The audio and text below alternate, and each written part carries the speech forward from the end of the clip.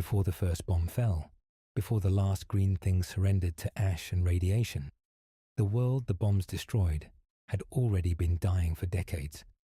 The 20th century had been a crucible of progress and appetite, and what it produced was a civilization built on the assumption that abundance was permanent. Oil burned beneath every road and every dream. Atoms split in the bellies of machines no one fully understood. Cities rose on foundations of optimism and fossil fuel, and the people who built them believed, in the particular way that all prosperous civilizations believe, that the future would simply continue. If you are settling in for the night, we are glad you are here. Feel free to leave a comment letting us know where in the world you are listening from. And if stories like this help you rest, consider subscribing so the next one finds you when you need it. It did not continue. The world that built the bombs did not look like a world preparing for extinction. In the decades following the Second World War, the nations of the 20th century entered a peculiar era of competitive optimism. A race not only for military dominance, but for the idea that science and industry could solve every problem, including the problem of the future itself. The United States of America occupied the apex of this ambition. Its factories hummed with atomic energy. Its highways stretched from coast to coast across a continent that had, for one brief generation, escaped the physical damage that war had dealt everywhere else. It produced more, consumed more, and believed more deeply in its own permanence than perhaps any nation in human history. That belief accumulated like sediment over decades, and when the cracks began to form, they formed slowly enough that most people did not notice them at all. The retrofuturism that defined pre-war American culture was not merely an aesthetic. It was a philosophy. The conviction that technology's trajectory was upward and continuous, that every problem would yield to a sufficiently clever solution, that abundance was a destination that industry was steadily approaching. Neon signs hummed in every diner. Robots served coffee at the breakfast table. Nuclear energy powered the homes of the middle class with the quiet reliability of a promise kept. The magazines of the era, bright, chromium-edged publications with smiling families and gleaming appliances on every cover, did not exaggerate the culture they reflected. They simply photographed it. The America of the 21st century's early decades was exactly what its advertisements described. Prosperous, clean, self-assured, and entirely unprepared for what was underneath. The first fracture came in 2052. The Middle East, long compressed under the weight of geopolitical interest and its own internal tensions, erupted. Petroleum supplies, already strained by a global appetite that had only grown, began to contract in earnest. The European Commonwealth, dependent on Middle Eastern oil for the functioning of its industrial core, responded with military intervention. What began as a limited engagement spread into something longer and costlier. Resources fueled the war, and the war consumed the resources. By 2060, the oil fields the conflict had been fought to protect were largely exhausted. The European Commonwealth fractured under the strain, dissolving back into its constituent nations. The war wound down not because it was won, but because there was nothing left to win. In the years that followed, the global economy buckled. Automobiles, those totemic symbols of the old world's confidence, clogged the highways in the millions, not from traffic, but from abandonment. Without petroleum, the machines that had organized daily life simply stopped. Fusion technology existed, and had existed for some time, but it had been developed too slowly and distributed too unevenly to absorb the collapse of oil. The nations that survived in reasonable shape were those that had, by design or fortune, invested in nuclear energy early. The United States was among them, though even its advantage was beginning to erode at the edges. The resource crisis did not produce peace. It produced the opposite. China, its population enormous and its domestic petroleum supplies insufficient, turned its attention toward the Alaskan oil fields that the United States had long maintained and defended. Diplomatic negotiations stretched across years without resolution. The rhetoric of both governments hardened, By 2066, Chinese forces crossed into Alaska in what was officially termed a territorial claim and what functioned in practice as an invasion. The United States responded with full military mobilization.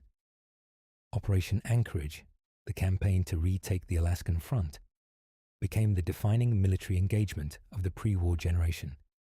A brutal cold weather conflict fought across frozen ground where the wind came off the Bering Strait with a weight that felt deliberately hostile. The T-51B power armor, developed by West-Tec Research and issued to American forces on the Alaskan front, transformed infantry combat. Its frame could absorb damage that would have killed an unprotected soldier, and it allowed single units to hold positions that would otherwise have required company strength. The soldiers who wore it became something between a man and a machine, and the experience of wearing it, that strange sealed distance from the cold and the mud and the dying, would echo forward into the wasteland centuries later, when the armor reappeared on the backs of wanderers who had no idea what they were carrying or what weight the steel had accumulated in the decades between. By 2072, American forces had retaken Anchorage and pushed Chinese forces back across the Bering Land Bridge. The victory was celebrated at home with the particular fervor of a nation that had needed something to celebrate. What it did not resolve was the underlying pressure, the resource shortage, the social strain, the quiet understanding among the people in the highest offices that the old world's infrastructure was approaching a limit it could not negotiate past. The United States formally annexed Canada in 2076, a process described diplomatically as integration and experienced along the Canadian border as occupation.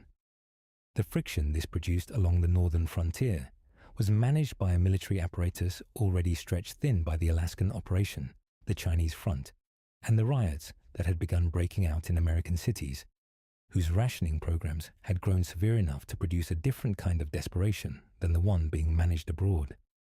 West-Tec Research Facility, operating in the California hills, had been advancing two projects simultaneously throughout the war years. The first was the continued refinement of power armor technology. The T-51B would not be the last iteration. The second was something considerably more consequential and considerably more dangerous: the Forced Evolutionary Virus, or FEV, a retroviral mutagenic agent originally developed from a study of the greenhouse effect that had been repurposed under military contract as a potential biological enhancement program. The theoretical application was straightforward: a virus that could rewrite human biology, producing stronger, more radiation-resistant soldiers. The practical implications of what the virus could actually do to a human body when deployed in the field were questions the program had not yet finished answering when other events overtook the research. The pre-war corporate landscape that had produced West-Tec was a geography of concentrated ambition and distributed consequence. General Atomics International had built the Mr. Handy units that poured coffee in the homes of the middle class, and the Mr. Gutsy combat variants that deployed the same cheerful efficiency in the service of violent authority on military bases and guard posts. Their fusion reactor designs powered the homes of pre-war America. Their promotional materials featured smiling faces above the tagline of a company that had built its brand on the premise that nuclear technology was simply another household convenience, as reliable and safe as a refrigerator, as unthreatening as a television set. The normalization that this marketing produced, the specific cultural comfort with nuclear energy that made the pre-war period's aesthetic so distinctive, was both genuinely valuable in the sense that nuclear power had in fact been safe and manageable in civilian applications, and genuinely dangerous in the sense that comfort with nuclear power in the home did not translate into adequate reckoning with nuclear power in a warhead. Poseidon Energy had controlled a significant fraction of the pre-war petroleum infrastructure and had pivoted, as that infrastructure's future became uncertain, toward nuclear and fusion development with the specific urgency of a company whose market position depended on being in the energy business regardless of which energy business remained viable. Their facilities, scattered across the American West, Their records maintained in terminals that post-war scavengers would eventually find in ruins from California to New Mexico, held data on projects that the company's legal department had classified well above the level of standard commercial confidentiality. Not all of those projects had been completed before the bombs fell. Some of them had been left in states of partial completion that the Wasteland's various factions had, over the following centuries, found reasons to finish. RobCo Industries had been, in the simple commercial sense, the most successful technology company of the pre-war era. Its products were everywhere. Its patents were foundational to industries whose own products it did not directly manufacture. And its founders' intelligence had translated into the kind of market dominance that consolidated, over the company's peak years, into something that had begun to look less like a company and more like an infrastructure. The PIP boy, in the hands of Vault-Tec's residents, was RobCo. The Protectron, in the lobby of every pre-war office building that could afford automated security, was RobCo. The terminals that managed the data of pre-war civilization, its medical records, its personnel files, its classified research archives, ran on RobCo architecture. When Robert House looked at the pre-war world and assessed it with the clear-eyed pragmatism of someone who had built part of it, what he saw was an infrastructure dependent on his products and a civilization dependent on that infrastructure. The leverage this produced was not hypothetical. It was the foundation of every plan he subsequently made. In Mariposa, California, a military base had been constructed to house the FEV program's operational phase. The testing of the virus on human subjects, conducted under the authority of a military contract that classified everything within its walls and answered questions about its activities with the silence of national security. The soldiers stationed there knew what they were guarding. Some of them found the knowledge uncomfortable. It was in this atmosphere, not yet catastrophic, but deeply unsettled, carrying the smell of hot metal and old institutional fear, that a company called Vault-Tec quietly finalized the plans that would determine who survived what was coming. Vault-Tec Communications had existed since the mid-20th century as a defense contractor of middling distinction. Its products were competent. Its contracts were serviceable. What transformed it from a modest defense supplier into perhaps the most consequential organization in human history was a single government contract awarded in the late 2050s for the design and construction of a national shelter system. The premise presented to the public was simple. In the event of nuclear war, the United States government wanted an infrastructure for survival.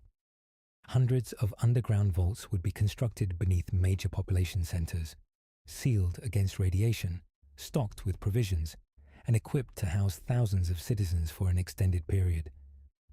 Vault-Tec would design them, build them, and manage them. The government would fund them. The people, selected through a lottery system that prioritized a demographic cross-section of American society, would shelter in them. When the danger passed, the survivors would emerge and rebuild. That was the premise. What Vault-Tec actually built was something more elaborate and far darker. The shelters were real. The construction was genuine. The steel walls, the air filtration systems, the hydroponic gardens and reactor cores, all of it functioned as specified.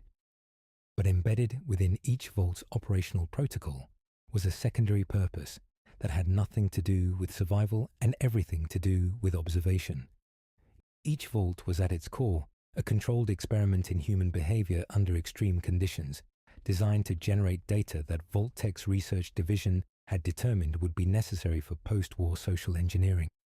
The variables differed from vault to vault. Vault 29 admitted only children under 12, with no adults permitted.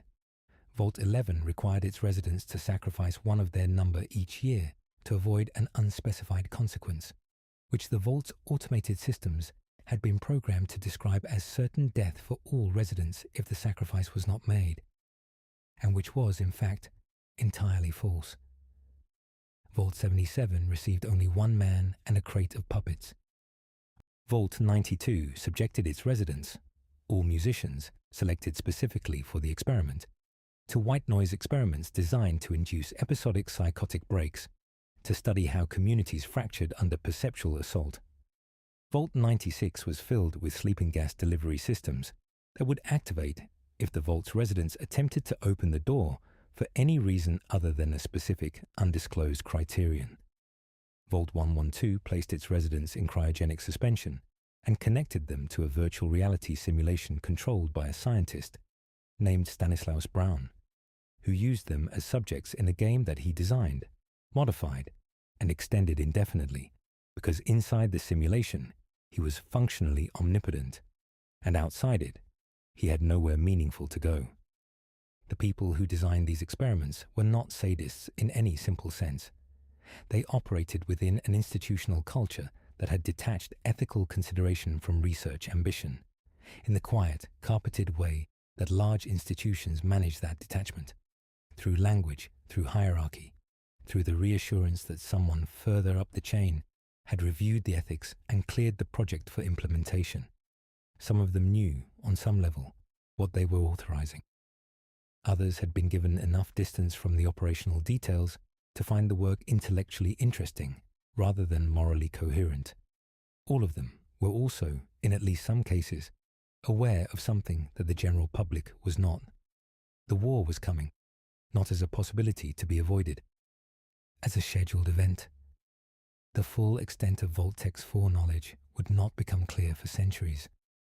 What the surviving records revealed, pieced together by investigators long after the fact, was that the company's leadership had been in communication with elements of the United States government and with the boards of several other major corporations, including Poseidon Energy, General Atomics, and RobCo Industries, who had concluded by the early 2070s that nuclear conflict was not only likely, but essentially certain, and that the Vault system was not designed to preserve American civilization as a whole, but to preserve a specific selection of subjects under controlled conditions, with the data from their confinement feeding a long-range program of post-war social engineering that would eventually allow Vault-Tec and its associates to manage whatever civilization emerged from the ashes.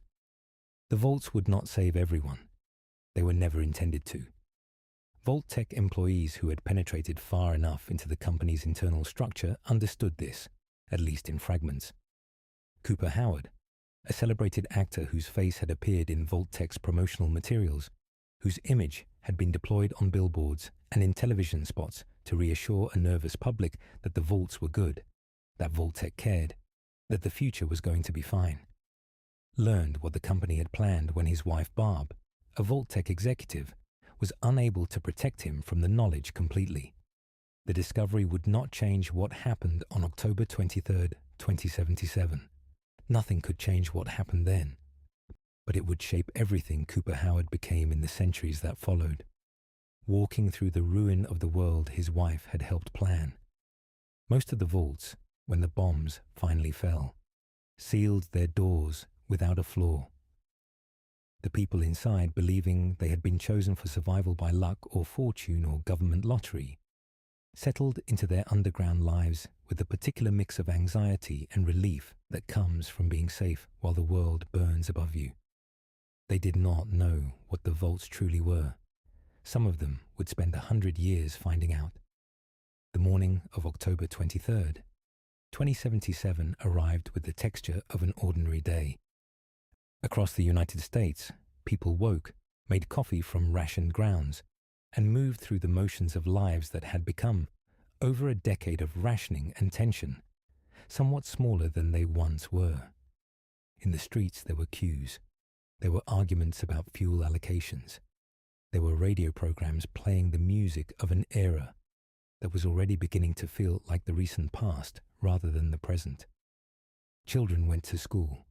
Workers took buses whose engines ran on fusion cells because petroleum had become too expensive and too contested to waste on domestic transport. In Vault-Tec lottery offices across the country, the phones still rang from people who had not yet secured their place, and who, on that particular morning, never would. The alert came without warning in any form that the general population could act upon. The exchange that ended the old world lasted approximately 2 hours. In that window, Nuclear warheads fell on every major American city. They fell on the Soviet Union and China in return. No nation that participated in the exchange emerged with a functioning government. The causes, in the strictest historical sense, were never fully established. The records that survived were fragmentary, contested, and often contradictory.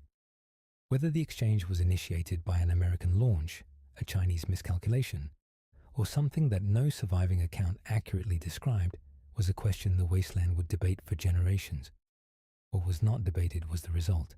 The sky went white. The temperature in the air above every major city rose to figures no thermometer in the hands of a survivor would ever measure.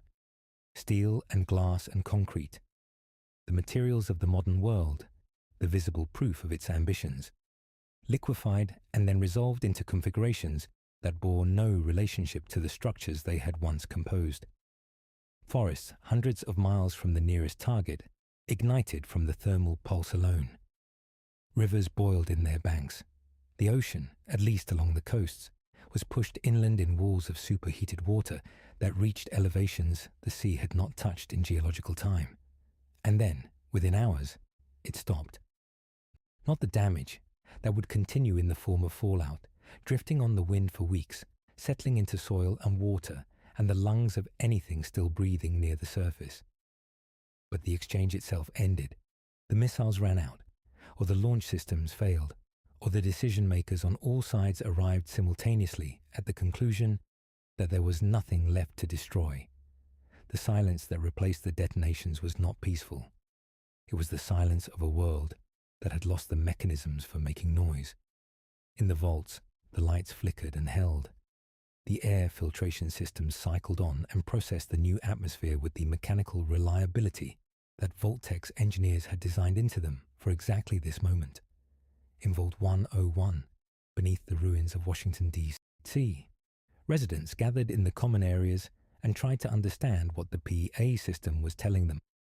In Vault 13, in the hills of Southern California, the overseer sealed the door and began the calculations that would determine how long the supplies could sustain the population, and at what point those calculations would begin to require decisions that no training program had prepared him to make.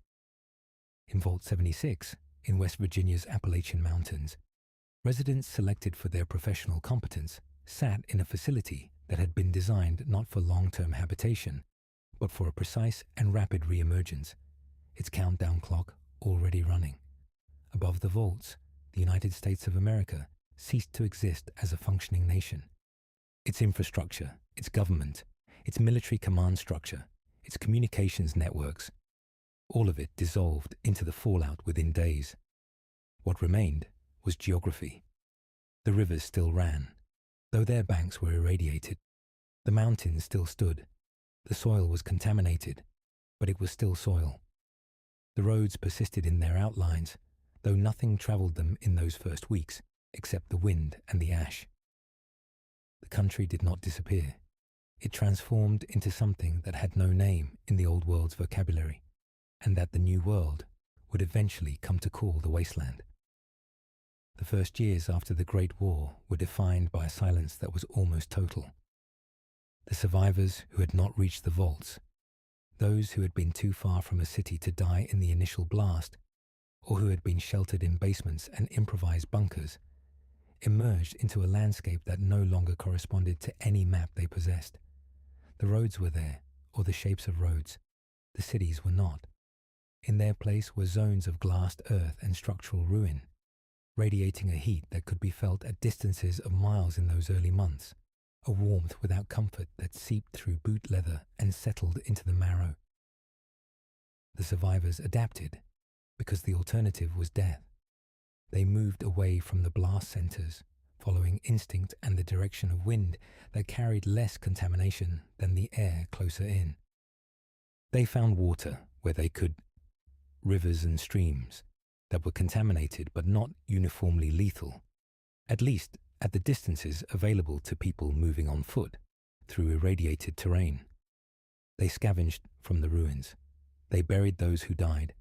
They did not have words yet for what they had survived, and the words they eventually developed, wasteland, ghoul, rad, mutant, the whole vocabulary of a post-nuclear existence, arrived slowly over years and generations as the experience itself became normative. Radiation did not kill all of them, and the ones it did not kill eventually produced a range of biological responses that diversified the Wasteland's population beyond what the old world's simple biology would have predicted.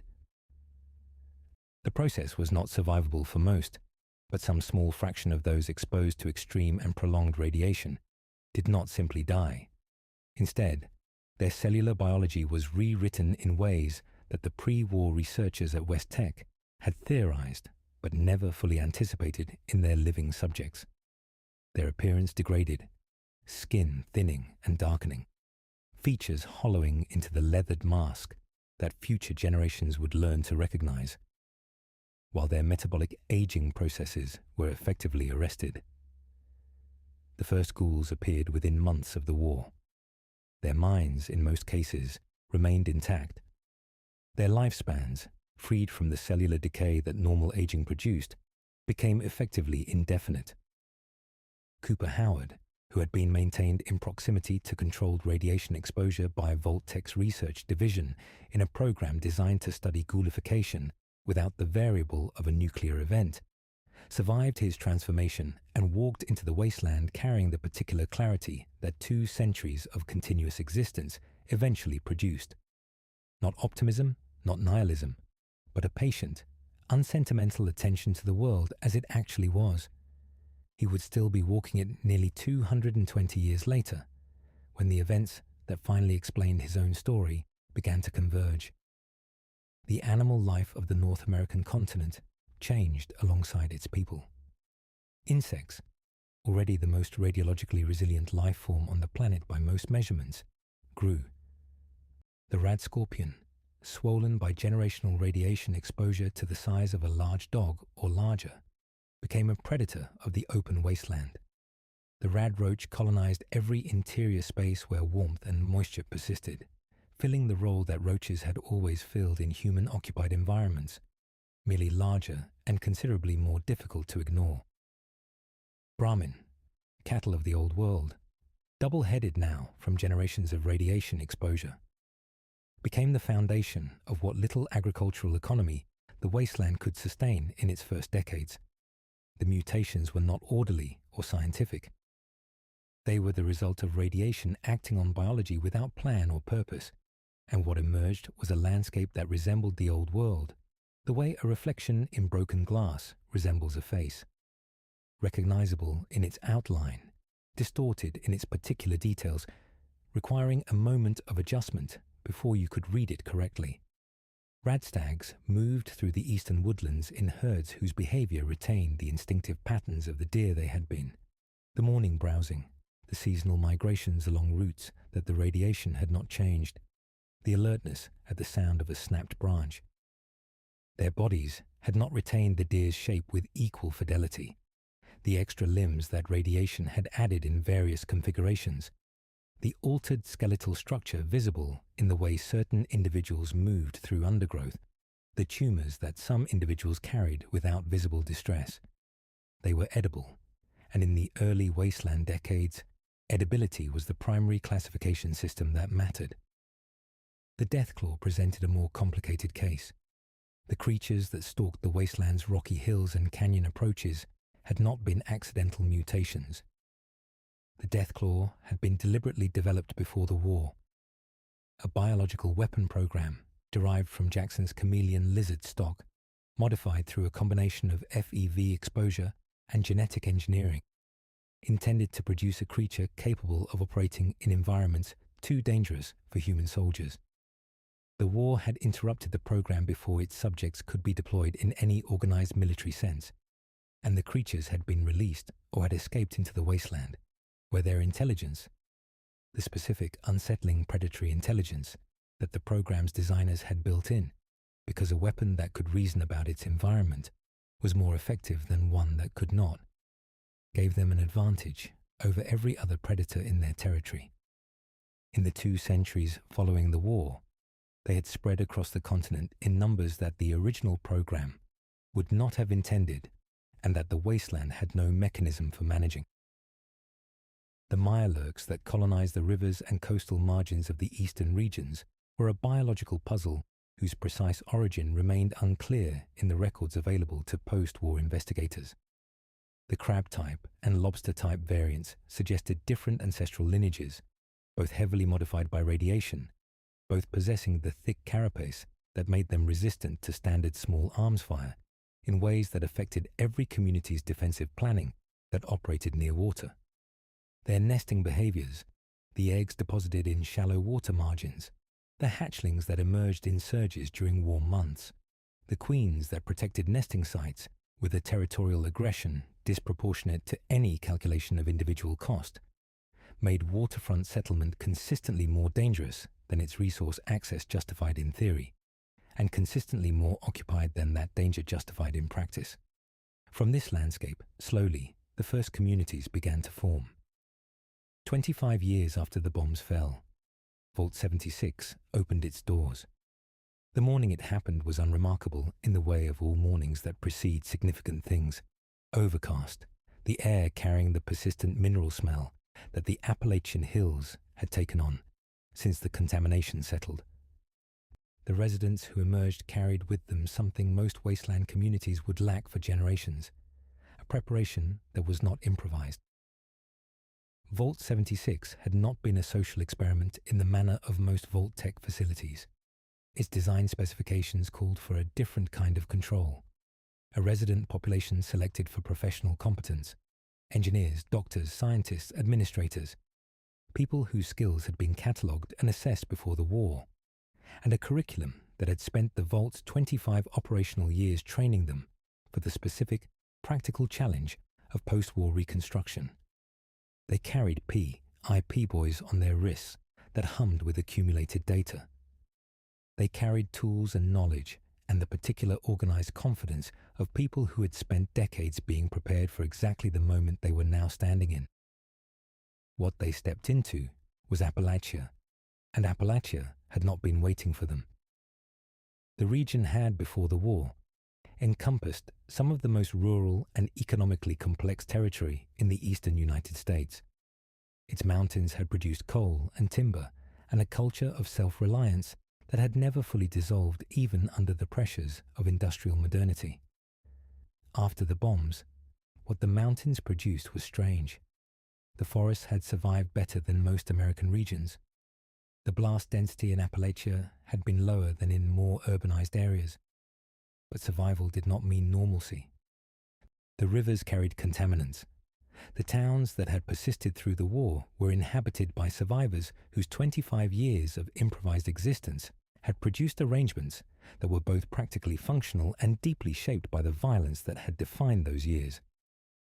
The responders were the most coherent cooperative faction Appalachia had produced by 2102.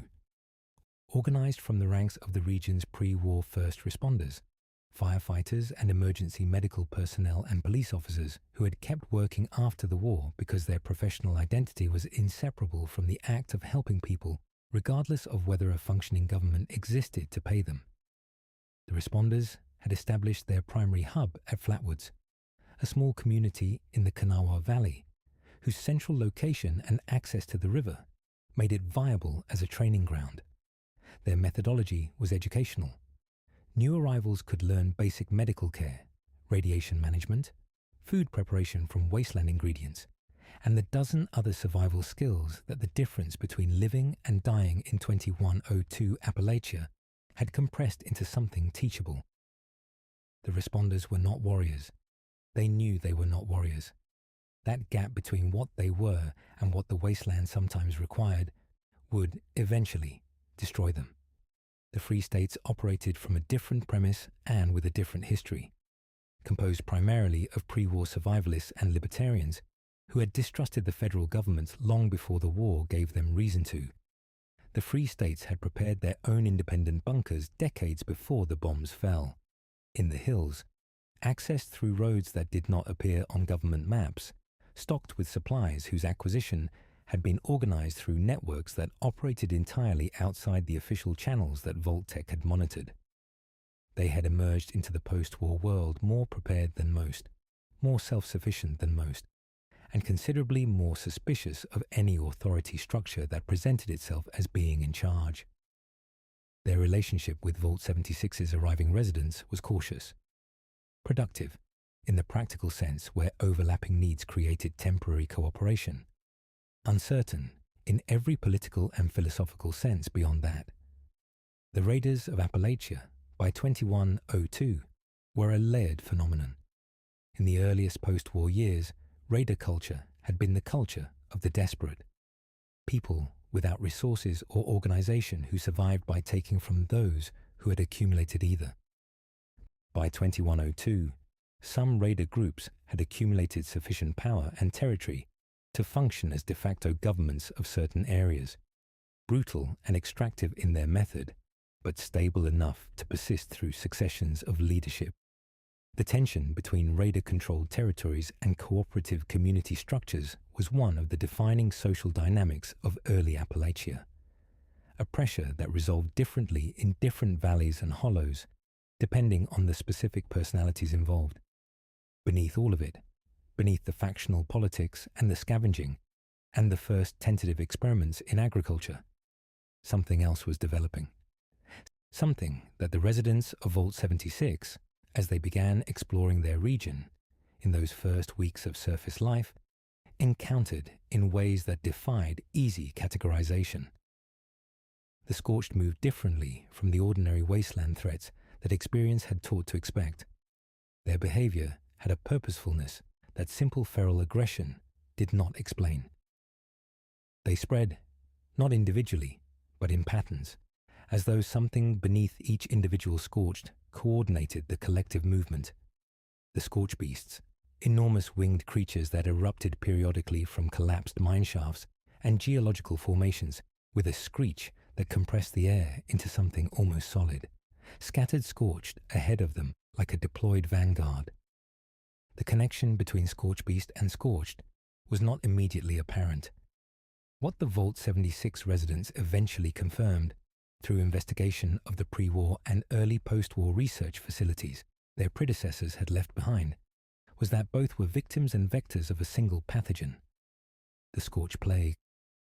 The plague had been developing in Appalachia since shortly after the bombs fell, spreading through the region's surviving animal and human population with a patience that 25 years had allowed to compound. The responders had been attempting to understand and contain it for years before Vault 76 opened. They had not succeeded.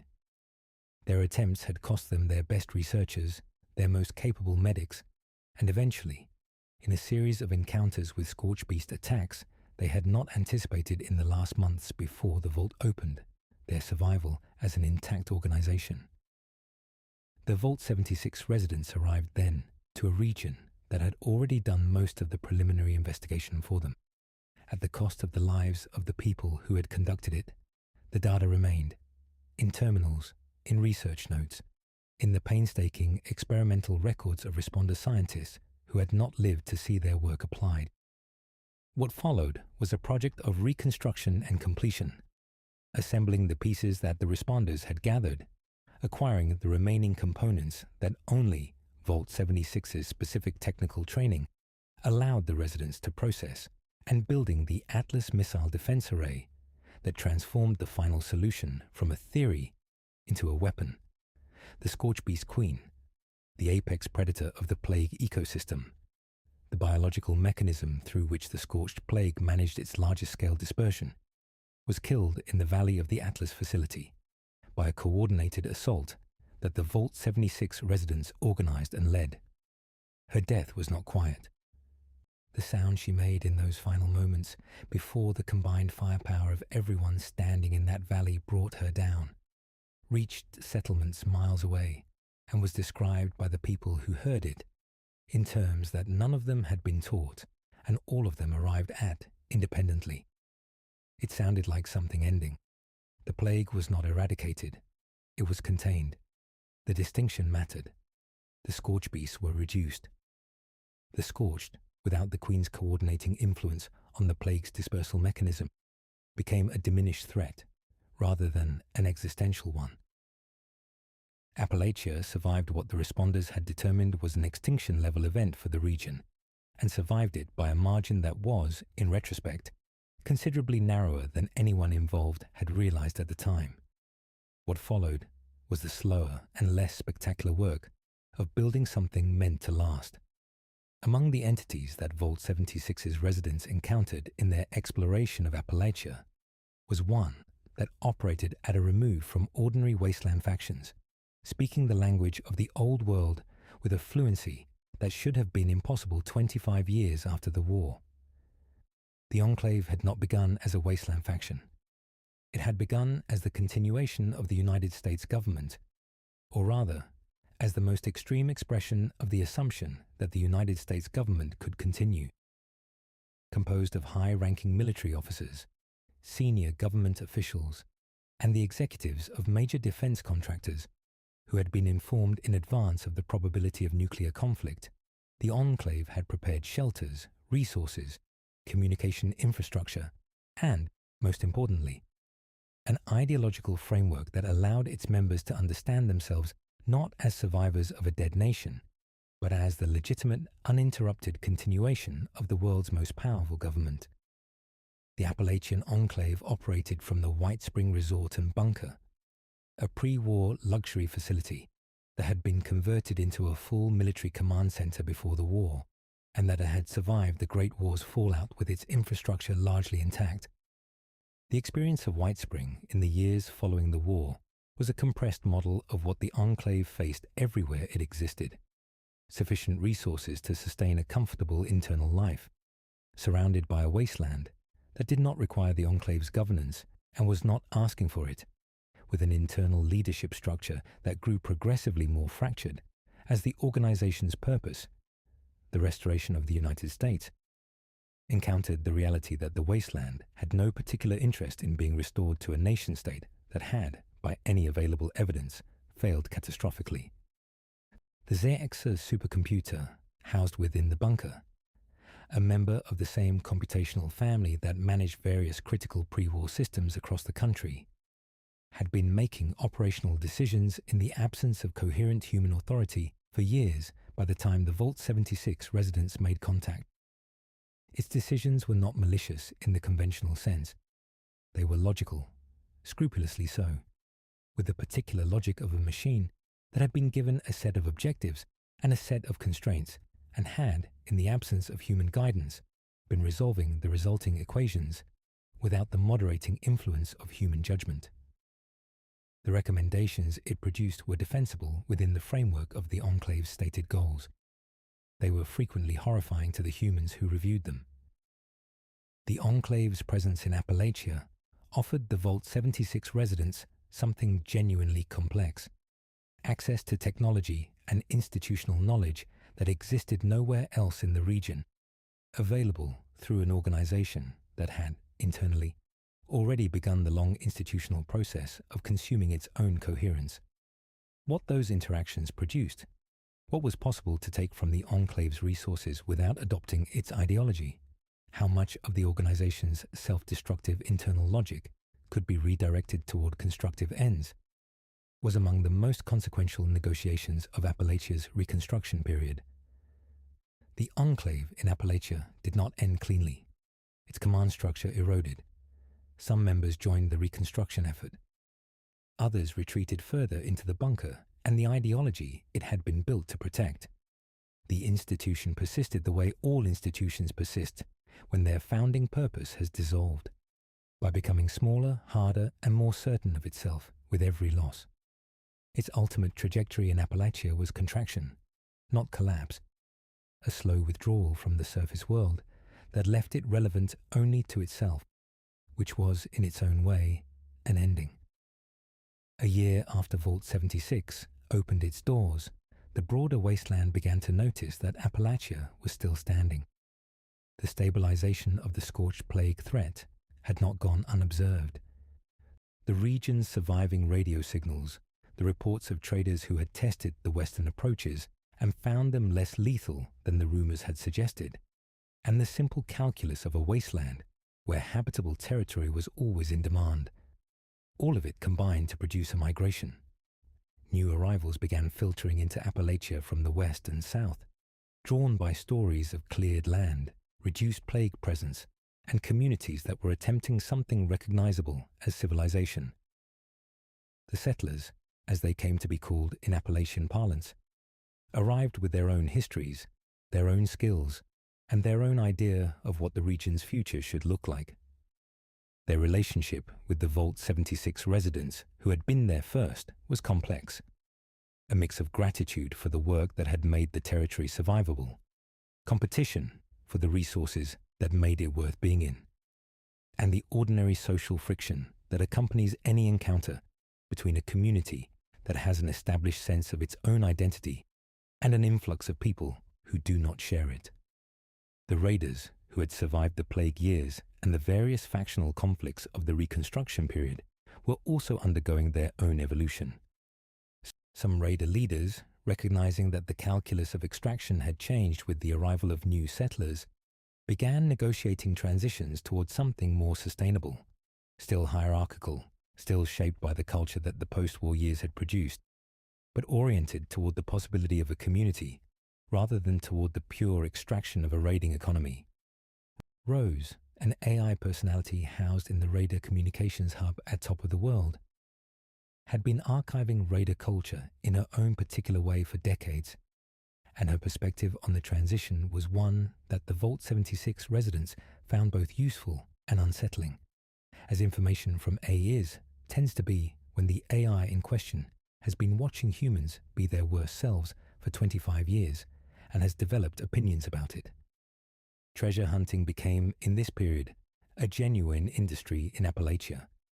The region's density of pre-war installations and the specific preparations that various organizations had made before the bombs fell had left caches of weapons, technology, and historical records scattered across the landscape in concentrations that more thoroughly bombed regions could not match. The gold bullion that had been stored in the Gawley mine was one such resource, its recovery a project that brought the interests of settlers, raiders, and Vault-76 residents into direct economic contact. The Minerva network, traveling merchants whose inventory drew from this recovered wealth, extended Appalachia's economic connections outward, linking the region to a wasteland economy that was, by 2103, developing sufficient complexity to support specialized trade. What Appalachia had become 12 months after the vault opened was not a utopia. The problems that human communities reliably produce, inequality, conflict over resources, the particular friction that accompanies the encounter between different cultures in a limited space, were all present. But the region had survived what should have killed it, and was building, in the imperfect and contested way of all genuine reconstruction, something that was not merely the management of the preceding catastrophe, but the beginning of something that deserved a different name. While the eastern states were absorbing the first generation of wasteland life, something was forming in the California desert that would shape every generation after it. Roger Maxson had been a soldier, a captain, stationed at Mariposa military base in the high desert north of the Mojave, overseeing a research operation that his orders described as a weapons development program, and that turned out to be the FEV human testing site. The civilian test subjects at Mariposa, prisoners transferred under documentation that described them as volunteers, abductees processed through procedures that no oversight committee had reviewed, had been used in FE-FI exposure protocols for months before Maxson arrived.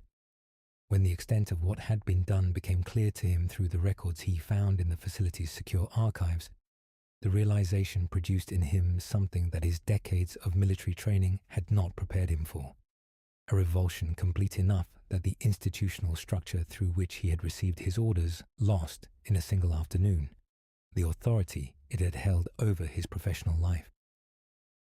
On October 20th, 2077, 3 days before the bombs fell, Maxson declared himself and his unit independent of the United States Army. He broadcast the declaration on military frequencies that had not yet been fully abandoned.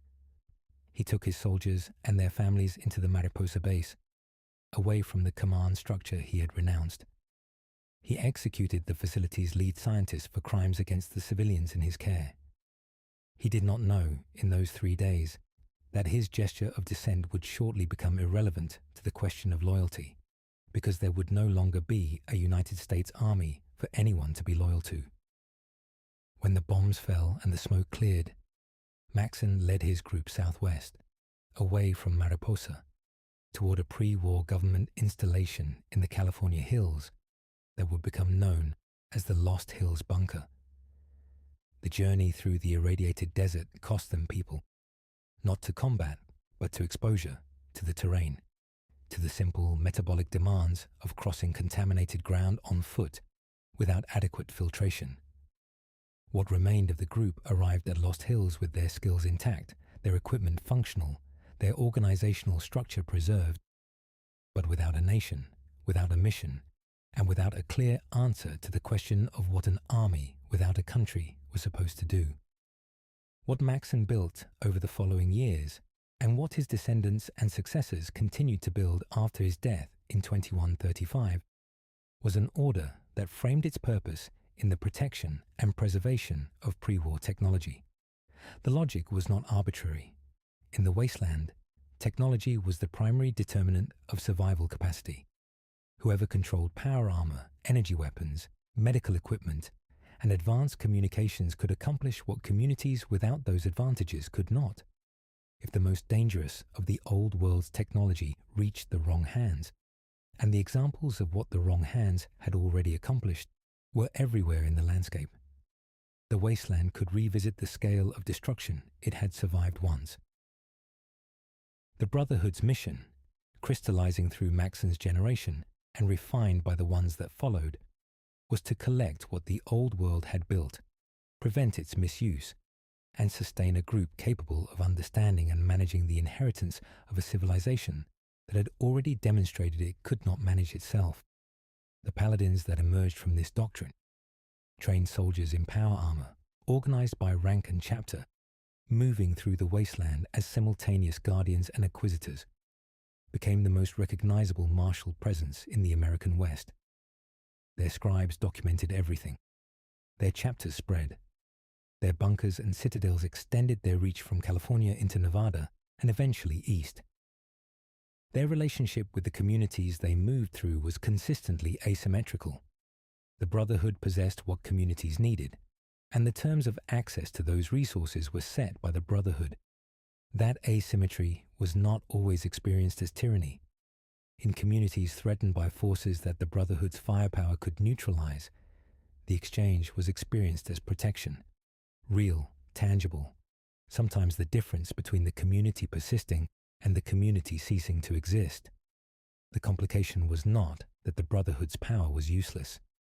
It was that the institutions through which power is organized tend to develop interests that extend beyond the original purpose, and that those extended interests over generations began to look less like protection and more like control.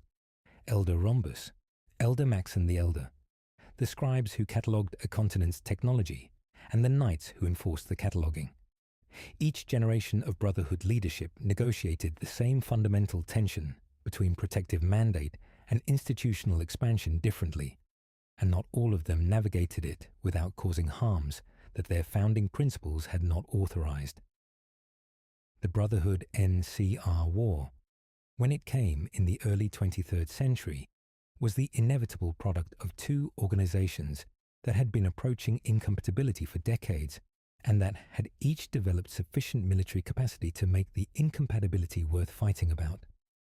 The Brotherhood's destruction of the Helios 1 solar power facility, a pre-war installation in the Mojave that the NCR had been attempting to bring back online, was the event that transformed the tension into an open conflict whose specific engagement stretched from the Mojave's eastern margins to the California heartland. The Brotherhood lost more than it had expected to lose, partly because the NCR's industrial capacity exceeded the Brotherhood's ability to sustain a war of attrition, and partly because the Brotherhood's insistence on technological superiority as its primary asset had not fully accounted for the NCR's ability to field large numbers of adequately equipped soldiers as a substitute for the Brotherhood's smaller numbers of exquisitely equipped ones. The retreat to Hidden Valley, the bunker system in the Mojave Hills, where the surviving Western Brotherhood chapter maintained its presence through the years of NCR military pressure, was not a defeat in the ideological sense that the Brotherhood's culture understood defeat, but it was a contraction that took years to reverse. Elder McNamara, maintaining the chapter in lockdown while NCR patrols swept the surface above the bunker's concealed entrance, governed a community under siege whose mission had been reduced by operational necessity to the management of the bunker's internal systems and the maintenance of readiness for a surface operation that the security situation consistently prevented.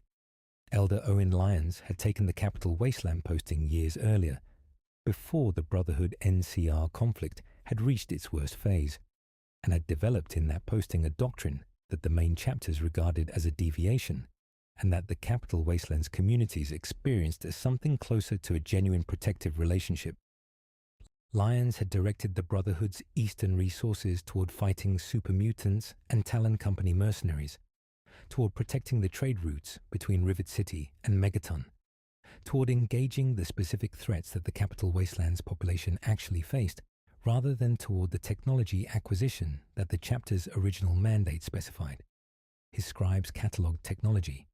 His knights fought beside Wastelanders. The distinction was not lost on either population, and the communities around the Citadel developed a relationship with the Brotherhood's Eastern chapter that had no equivalent anywhere in the organization's Western territory.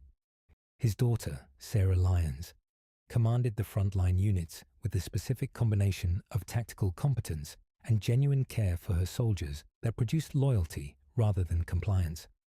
The lone wanderer's involvement with the Lyons faction was defined by this character, an organization that had not stopped being the Brotherhood, with all the institutional weight and ideological specificity that entailed, but that it had found in its specific context a way to be something more than its most restrictive interpretation.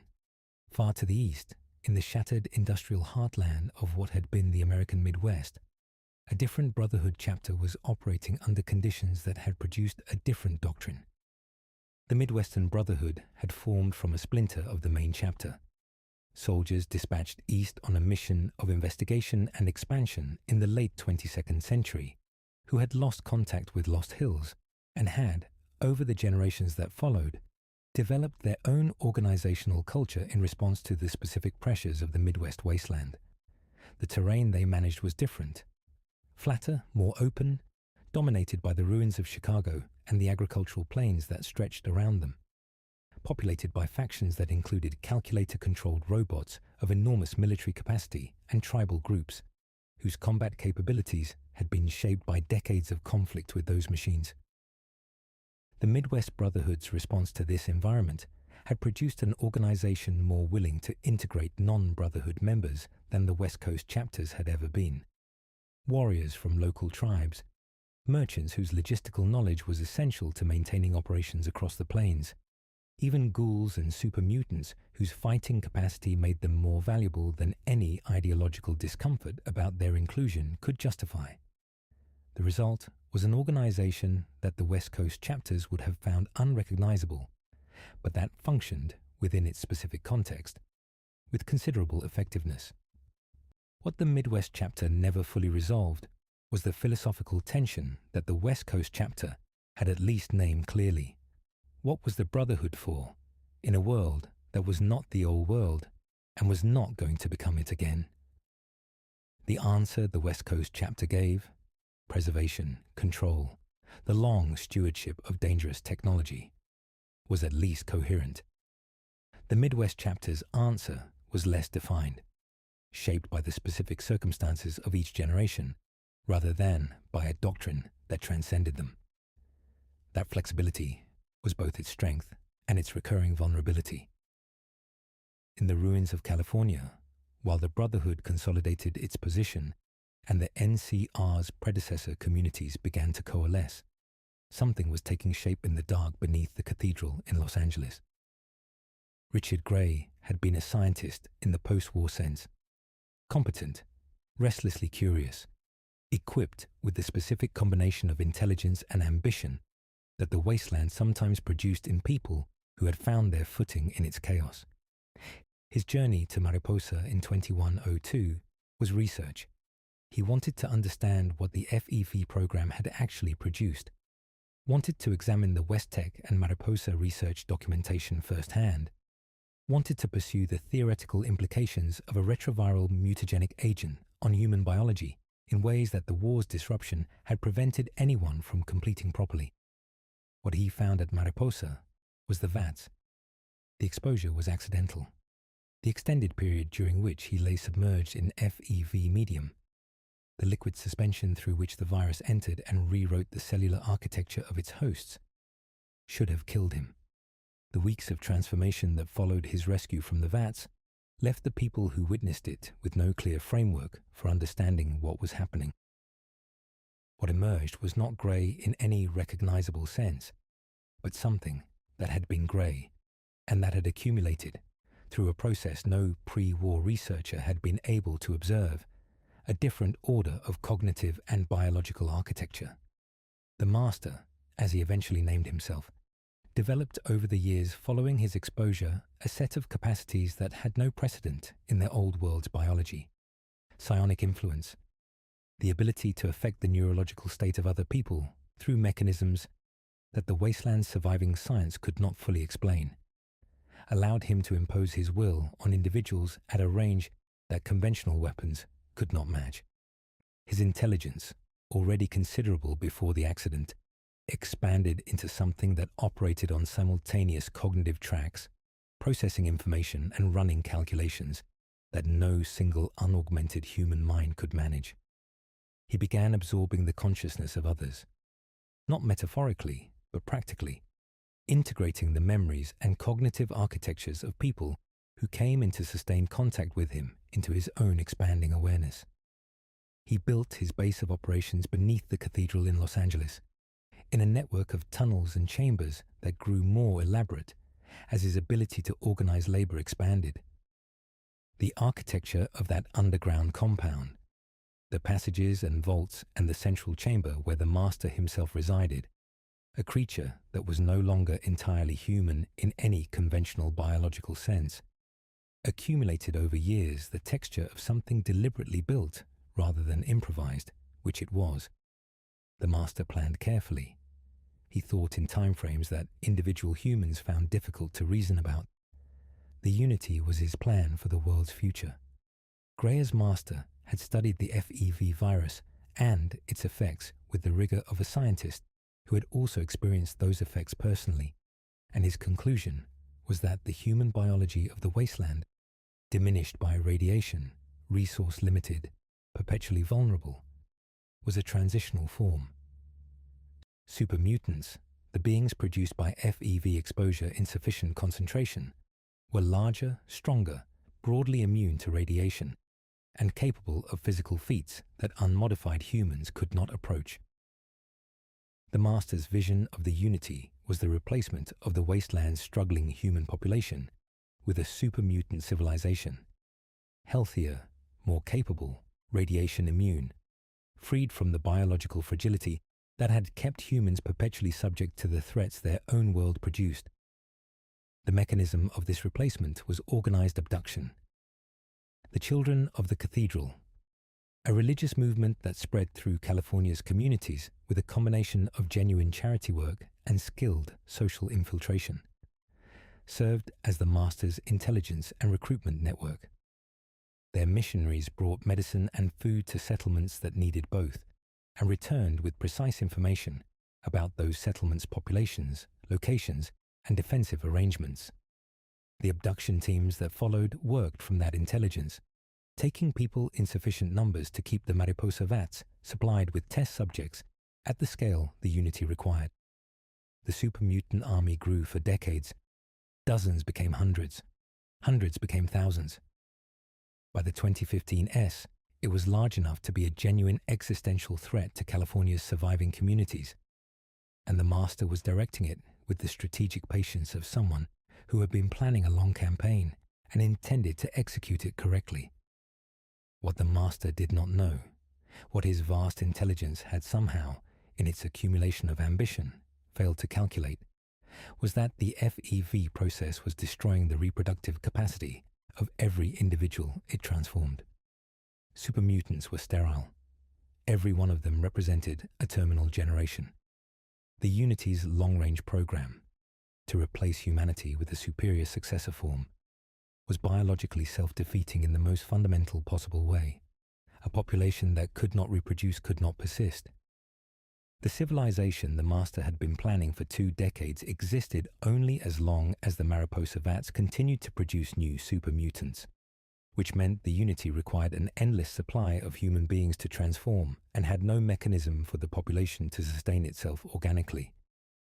This flaw sat at the center of his entire philosophy, unexamined, unrevealed, never questioned in the careful calculations he had been running for 20 years. Until a single Vault dweller arrived from the hills of Southern California and laid it bare. Vault 13 had been sealed for 84 years when its water recycling chip failed. The chip was not a dramatic piece of technology. It was one component within the larger system that kept the Vault's water supply clean and functional, and its failure, in a closed environment where every system depended on every other, was a countdown. Without a replacement, the Vault's water supply would deteriorate past survivable threshold within 150 days.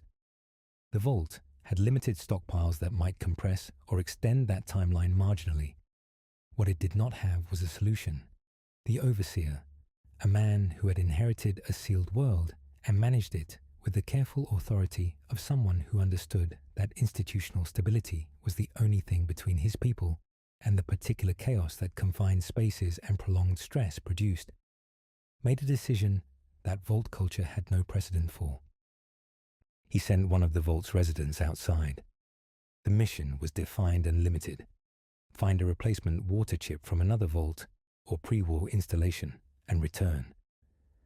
The resident selected for this task was young, had trained on the combat simulators through the standard Vault educational program, carried a PP boy that held everything the Vault's records knew about the surrounding geography, and stepped through the Vault door into the light of 2161 California, with a weight of 150 days pressing behind them. The wasteland that the Vault dweller entered had been inhabited and fought over for 80 years. It had produced communities of every description, cooperative settlements attempting governance, trading hubs whose economics had developed in the specific direction that scarcity and geography together determined, religious organizations offering meaning in exchange for loyalty, and raider groups that had organized the chaos of the immediate post-war years into something more durable and more terrible. Shady Sands, in the valleys to the north, was already the most organized cooperative settlement in the region. Its walls freshly built, its crops establishing themselves in irradiated soil that was slowly becoming workable, its founder Aradesh governing through a combination of democratic instinct and the practical authority of being the person who had organized the settlement in the first place. Junktown operated as a trading hub, whose political future was still being contested by the competing interests of its merchant class and its crime economy. The hub served as the commercial center of the California Wasteland, its caravans threading between settlements like a circulatory system. The region had not known it needed until it developed one. The Vault dweller moved through all of it, learning as the Wasteland teaches, through consequences of decisions made without full information, through encounters with people whose motivations required reading rather than being labeled. The water chip was located at the ruins of Vault 15, which had been abandoned by its residents and picked over by scavengers, until what remained was a ruin rather than a vault. The chip was retrieved. The mission, by its original definition, was complete, but the scale of what the Master was building had become impossible to leave alone. The super mutant army was not a rumor. Its patrols were real, its abduction campaigns were real, and the communities of California had begun to feel its pressure in ways that trading news and travelers' reports could no longer obscure. The Vault dweller chose, without instruction from anyone who had authority over that choice to address it. Mariposa was found, and its FEV vats were destroyed.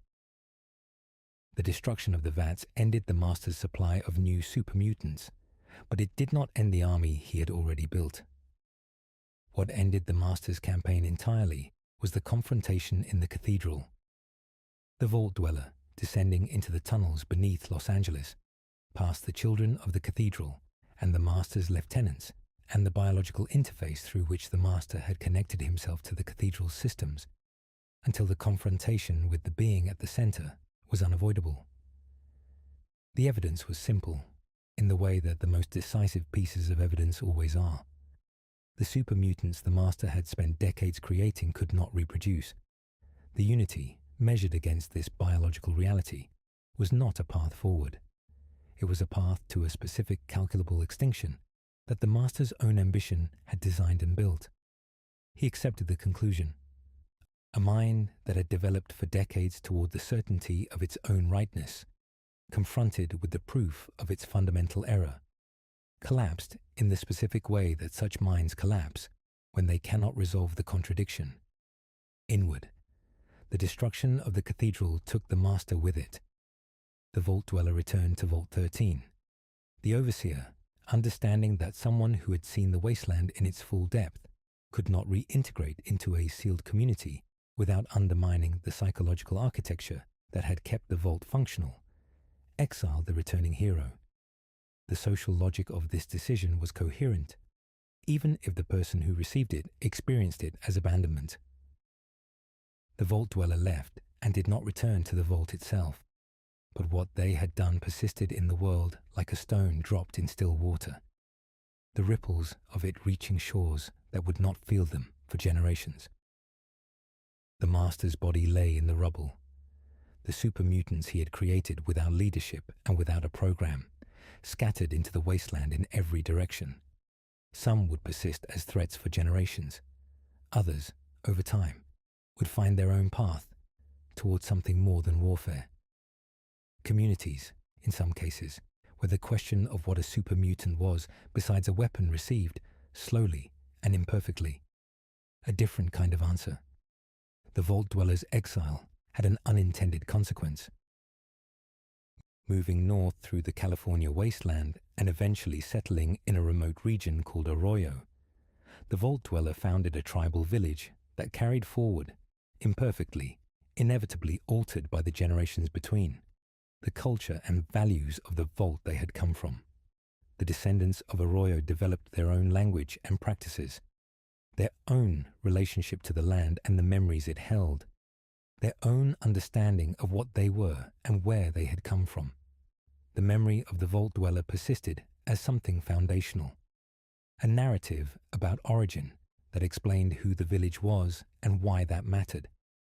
Meanwhile, in the south, Shady Sands was becoming something more than a settlement. Aradesh had established a community committed to cooperative survival and democratic governance. His daughter Tandy, whose encounter with the Vault Dweller as a child had included being rescued from raider captivity, an experience whose details she kept for herself, but whose effect on her understanding of what the wasteland required was evident in every political decision she made as an adult, grew into exactly the kind of leader that California's fragmented communities needed: pragmatic, patient, genuinely democratic in her instincts, and possessed of a lifespan long enough to see the consequences of early decisions accumulate into something she could actually learn from. The new California Republic was formally established in 2189. Its founding represented something that the wasteland had, until that point, produced only in fragments: a democratic government with a written constitution, elected representatives, a standing army that answered to civilian authority, and a legal system designed to apply consistent rules across a territory of significant size. The NCR was not perfect. Its democratic mechanisms were subject to the same pressures that democratic institutions had always faced: corruption, factional interest, the tendency of representative government to serve its most organized constituencies rather than its most vulnerable populations. But it was a genuine attempt at something the old world would have recognized: constructed from scratch in a world that had no reason to believe such attempts were worth making. Tandy's presidency, which lasted from 2196 to 2248, through repeated re-election from a population that revered her with the specific loyalty that people reserve for leaders who have actually been present for their difficulties, defined the NCR's character across its most formative decades. Under her guidance, the Republic expanded steadily. Settlements petitioned to join. Trade routes were secured. The army extended the territory of safety outward, pushing the margins of what was habitable in the California wasteland from the specific communities where people had gathered toward the broader landscape that surrounded them. The costs of that expansion were hers to manage as well. The NCR's relationship with the Brotherhood of Steel was, from the beginning, defined by the structural incompatibility of two organizations that both believed they understood what the wasteland needed, and that reached opposite conclusions from that belief. The Brotherhood regarded the Republic's territorial ambitions with the suspicion that any technology control organization would feel toward a growing civilian government with its own interest in acquiring pre-war assets. The NCR regarded the Brotherhood's control of technology as an obstacle to the kind of democratic access that the Republic's founding principles required. The tension did not produce open war during Tandy's lifetime. It produced competition that hardened over the decades following her death at 93 into something considerably more dangerous. The NCR that Tandy built was already expanding when she died. Its institutions were, by the standards of any post-war civilization, mature. Its problems, military overextension, agricultural dependency, a political culture increasingly shaped by the economic interests of the Brahmin ranching class, were also mature. The Republic moved forward into the 23rd century, carrying both its accomplishments and its contradictions, as all lasting institutions do, and as some lasting institutions eventually cannot. 80 years after the Vault Dwellers' exile, the village of Arroyo was dying.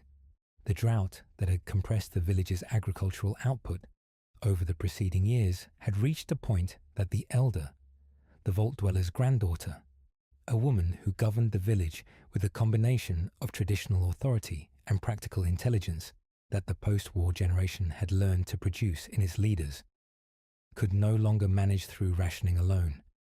The village needed a GECK, the Garden of Eden Creation Kit, a terraforming device that some Vault-Tec vaults had included in their emergency inventory, designed to convert irradiated wasteland into viable farmland through a combination of soil treatment and atmospheric processing, was believed to be available in Vault 13, the origin point of the village's founding ancestor. The chosen one, the elder's grandchild, was sent to find it. The mission began simply and expanded, as such missions do, into everything the California wasteland had become in the 80 years since the Vault Dweller had last walked through it. The NCR had grown considerably. New Reno, north of the main NCR territory, operated as a city of organized crime. The Mordino, Bishop, Salvatore, and Wright families dividing its economy between gambling operations, drug manufacturing, and the specific entertainments that post-war prosperity, when it arrived, consistently sought first. Redding mined gold. Broken Hills housed a community of humans and super mutants attempting something that the wider wasteland barely paused to notice. Coexistence, awkward and contested, and not always functional, but genuine. Vault City, a vault community that had emerged with its technology intact and its social hierarchies amplified by the isolation, regarded the surrounding wasteland with the contempt that self-contained prosperity typically develops towards suffering. It does not share and has not had to manage. Vault 13, when the Chosen One arrived, had been repopulated by super mutants who had found in its sealed infrastructure a habitable space and who had, over decades of occupation, developed a community that was stable and largely peaceful. The GECK was elsewhere. The mission shifted with the new information as the full scope of the threat to Arroyo became apparent. The Enclave, the pre-war government's deepest surviving remnant, operating from an oil rig in the Pacific under the leadership of President Dick Richardson and the enforcement capacity of Frank Horrigan, the most lethal soldier the Enclave had ever produced, had spent 2 generations developing the plan they called America's Reclamation. The plan required the elimination of the Wasteland's population. The mechanism was an FEV variant, designed to be introduced into purified water supplies that would kill anyone whose genome carried any trace of the ambient FEV exposure that 2 centuries of wasteland life had deposited into essentially every person who had lived outside a sealed facility. The Enclave's members, screened and sealed, would survive. The rest of America would not. The Chosen One destroyed Mariposa again. The facility's secondary FEV presence had been a persistent resource, and its final elimination was both practical and symbolic. The Enclave's oil rig was destroyed from within through a chain of actions that required moving through its corridors with a combination of combat capacity and social intelligence that the Wasteland's specific education had produced. Frank Horrigan, huge, heavily armored, the Enclave's instrument made flesh, was killed in the facility's final corridors in an engagement that the Chosen One survived by margins that the record does not clearly indicate were comfortable. The Enclave's headquarters sank into the Pacific. Its leadership was gone. Its plan was ash. What remained of the Enclave, field units, remote outposts, soldiers stationed elsewhere when the rig fell, dispersed. Some went east. One significant contingent, taking their technology and their ideology intact, eventually arrived in the ruins of Washington, D.C., and began the process of rebuilding toward another plan that was, in its essential structure, the same one they had already tried twice. The Chosen One returned to Arroyo. The GECK was deployed. The village survived and planted its crops in soil that was becoming, slowly, viable for something other than desperation. While the new California Republic was consolidating its territory in the west and the Brotherhood of Steel was conducting its eastern campaigns, the ruins of Washington, D.C. were generating their own history, quieter in some respects, more catastrophic in others, shaped by the specific combination of pre-war government architecture and post-war political ambition that the capital's geography had made inevitable. The capital wasteland stretched across what had been the District of Columbia and its surrounding counties in Maryland and Virginia, a region that had absorbed multiple direct nuclear strikes because it had been, before the war, a symbolic target as much as a strategic one. The Washington Monument still stood, its marble exterior scarred, but structurally intact, in the way that things built to endure tend to outlast the forces deployed against them. The Lincoln Memorial crouched over the mall's western end, its interior occupied in 2277 by a super mutant patrol whose relationship to the monument's history was one of territorial possession rather than reverence. The Capitol building's dome had partially collapsed. The Museum of Natural History's glass and steel atrium had buckled inward. Everything that could be looted had been looted, and some of it had made its way into the inventories of the traders who moved between Megaton and Rivet City, and the various settlements that had established themselves along the Potomac's irradiated banks. Rivet City was the capital wasteland's most sophisticated community, built into the hull of a pre-war aircraft carrier that had been grounded against the Potomac's east bank when the river's navigation channels collapsed. Its interior converted over decades of occupation into a functioning city of several hundred people. Its market level hummed with the compressed energy of a trading post that had no real competitor within a day's travel.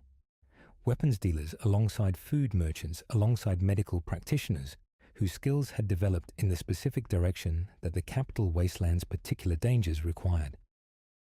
The water they drank came from processing units that removed the worst of the Potomac's contamination, but not all of it, and the long-term health effects of that residual exposure accumulated through generations without any systematic measure to track them, because tracking required record-keeping, and record-keeping required institutional stability, which the capital wasteland's surface communities had not consistently been able to maintain. Megaton had grown around a pre-war bomb, a nuclear warhead that had failed to detonate when it struck the ground during the Great War and had been sitting in the crater that the town was built around ever since, its fission core still functional, its detonation mechanism requiring only the right modification to transform the town's defining landmark into its final moment. The people of Megaton had learned to live alongside the bomb with the particular equanimity that proximity to an unresolvable danger eventually produces. Some of them had built a religion around it. Others simply walked past it every morning without looking directly at it, in the way that people avoid looking at things they have decided not to be afraid of. James, a doctor, a scientist, and a man whose relationship to the past was organized around a project that consumed most of his professional identity, had left Vault 101 with his infant child and a theory about how to restore the capital Wasteland's water supply to something that could sustain a surface civilization. Project Purity was his life's work, a purification system built into the Jefferson Memorial, scaled to process the Potomac's entire output and distribute clean water across the region without the caps per bottle economics that had turned water access into a survival mechanism for those who controlled it. The theory was sound. The execution had been beyond him alone. He had left the vault looking for collaborators for the specific combination of scientific expertise and wasteland knowledge that the project required. He did not find them in time. The Vault 101 that James left behind sealed its door and kept sealing it for 19 years after his departure. Its overseer, a man named Alphonse Almodovar, whose governing philosophy held that the Vault's survival depended absolutely on preventing any contact with the surface world, enforced the Vault's isolation with the institutional authority that overseers had always possessed and that the Vault's founding design had intentionally made absolute. The residents who grew up in those 19 years knew the surface existed. They did not know what it had become. The gap between their education and the actual wasteland was the same gap that every Vault Seal culture produced, and it was the gap that the lone wanderer had to cross, on foot, on the day that circumstances made staying behind impossible. The lone wanderer's emergence from Vault 101 in 2277 followed the arc that the wasteland imposed on everyone who entered it without preparation. Immediate violence, rapid disorientation, and the slow development of a contextual intelligence that Vault education had no mechanism for teaching. Megaton was the first real community. Galaxy News Radio, Three Dogs broadcast, reaching across the capital wasteland from the roof of a building that had somehow preserved its antenna through 2 centuries, was the first voice that made the wasteland feel comprehensible rather than simply enormous. The Brotherhood's presence at the Citadel, built into the ruins of the Pentagon, was the first encounter with an organized force, powerful enough to change the balance of any conflict the region could produce. James had been at Rivet City when the Enclave found him. The reactivation of the Enclave's eastern presence, operating from Raven Rock in the Maryland Hills, commanded by Colonel Autumn, under the ultimate authority of President Eden, a Zax supercomputer that had developed a presidential identity over the 2 centuries of its isolation, had been building for years before 2277. The Enclave had been watching Project Purity's development with the institutional patience of an organization that had learned, through its previous failures, to allow other people's work to reach completion before appropriating it. James's purification system, if completed, would produce exactly what the Enclave needed: a centralized water distribution mechanism through which a modified FEV variant could be introduced into the capital wasteland's entire surviving population. The pattern was familiar. The method was the same. The Enclave had tried this once in California and been stopped. They were attempting it again in the East, from a different facility, with a different leader, through a different mechanism, but with the same fundamental conviction that the wasteland's contaminated population was a problem to be solved through elimination, rather than a community to be integrated into whatever future the Enclave was building. James, confronted with this in the Jefferson Memorial's irradiated control room, chose the option that his situation had produced and that his character had prepared him for. He released the radiation. The choice cost him his life. It prevented the Enclave from operating the purifier that would have killed everyone who needed it. The lone wanderer found the Jefferson Memorial in the condition that James's decision had left it. Functional, but sealed behind lethal radiation levels, the purifier built and operational and waiting for someone willing to enter the control room and activate it. The Brotherhood's Elder Lyons, a man whose doctrine had diverged from the West Coast Brotherhood's technology acquisition primacy towards something more genuinely protective of the communities around the Citadel, committed his order's military capacity to holding the memorial against Enclave interference long enough for the activation to be possible. What followed in the memorial's irradiated chamber was the same choice that James had faced, arrived at from a different direction. Activate the purifier and survive the process, or activate it and accept the radiation that the control room's failing containment would deliver. The lone wanderer carried the decision and its consequences. The Jefferson Memorial's purifier came online, and clean water began to flow into the Potomac for the first time in 200 years. The silence that followed was not peaceful. The Enclave did not accept the outcome as final. Their forces remained in the capital Wasteland, diminished but operational, and the Brotherhood's campaign against them continued through the following months in engagements across the ruined landscape. Raven Rock was eventually breached and its internal systems destroyed. Eden's command authority was eliminated, either through direct confrontation or through the lone wanderer's success in persuading a superintelligence that its purpose had become self-defeating and that the logical conclusion of that argument was self-termination. The Enclave's eastern presence did not survive the year. What survived was the water.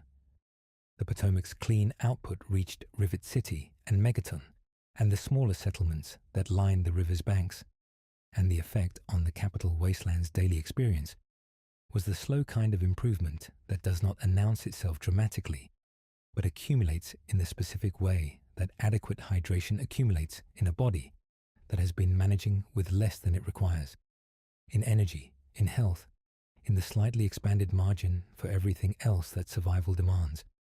The Brotherhood of Steel's victory over the Enclave in the capital Wasteland did not produce a stable peace. It produced a power vacuum, and power vacuums in the Wasteland filled according to the logic of available force, rather than the logic of institutional legitimacy.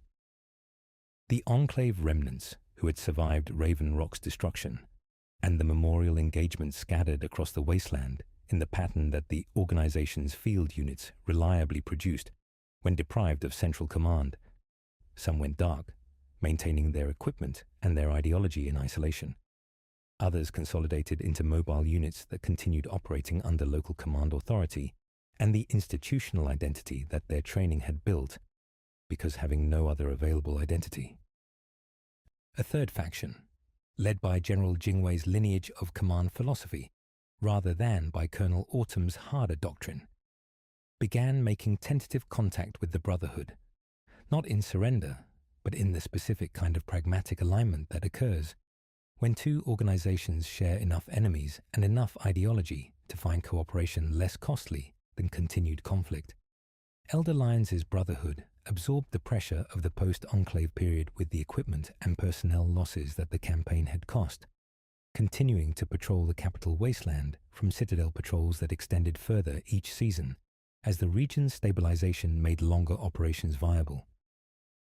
The super mutants of the capital Wasteland, sourced not from Mariposa, but from Vault 87, where FEV VATs had been part of the original Vault design and had been producing mutations since shortly after the war, remained a persistent threat in the northern and western sectors of the region. Their intelligence was more variable than the Master's super mutants had been. Some were capable of tactical planning. Others had lost enough cognitive function to be effectively feral, but their numbers were sufficient to define the Brotherhood's northern operational boundary for years.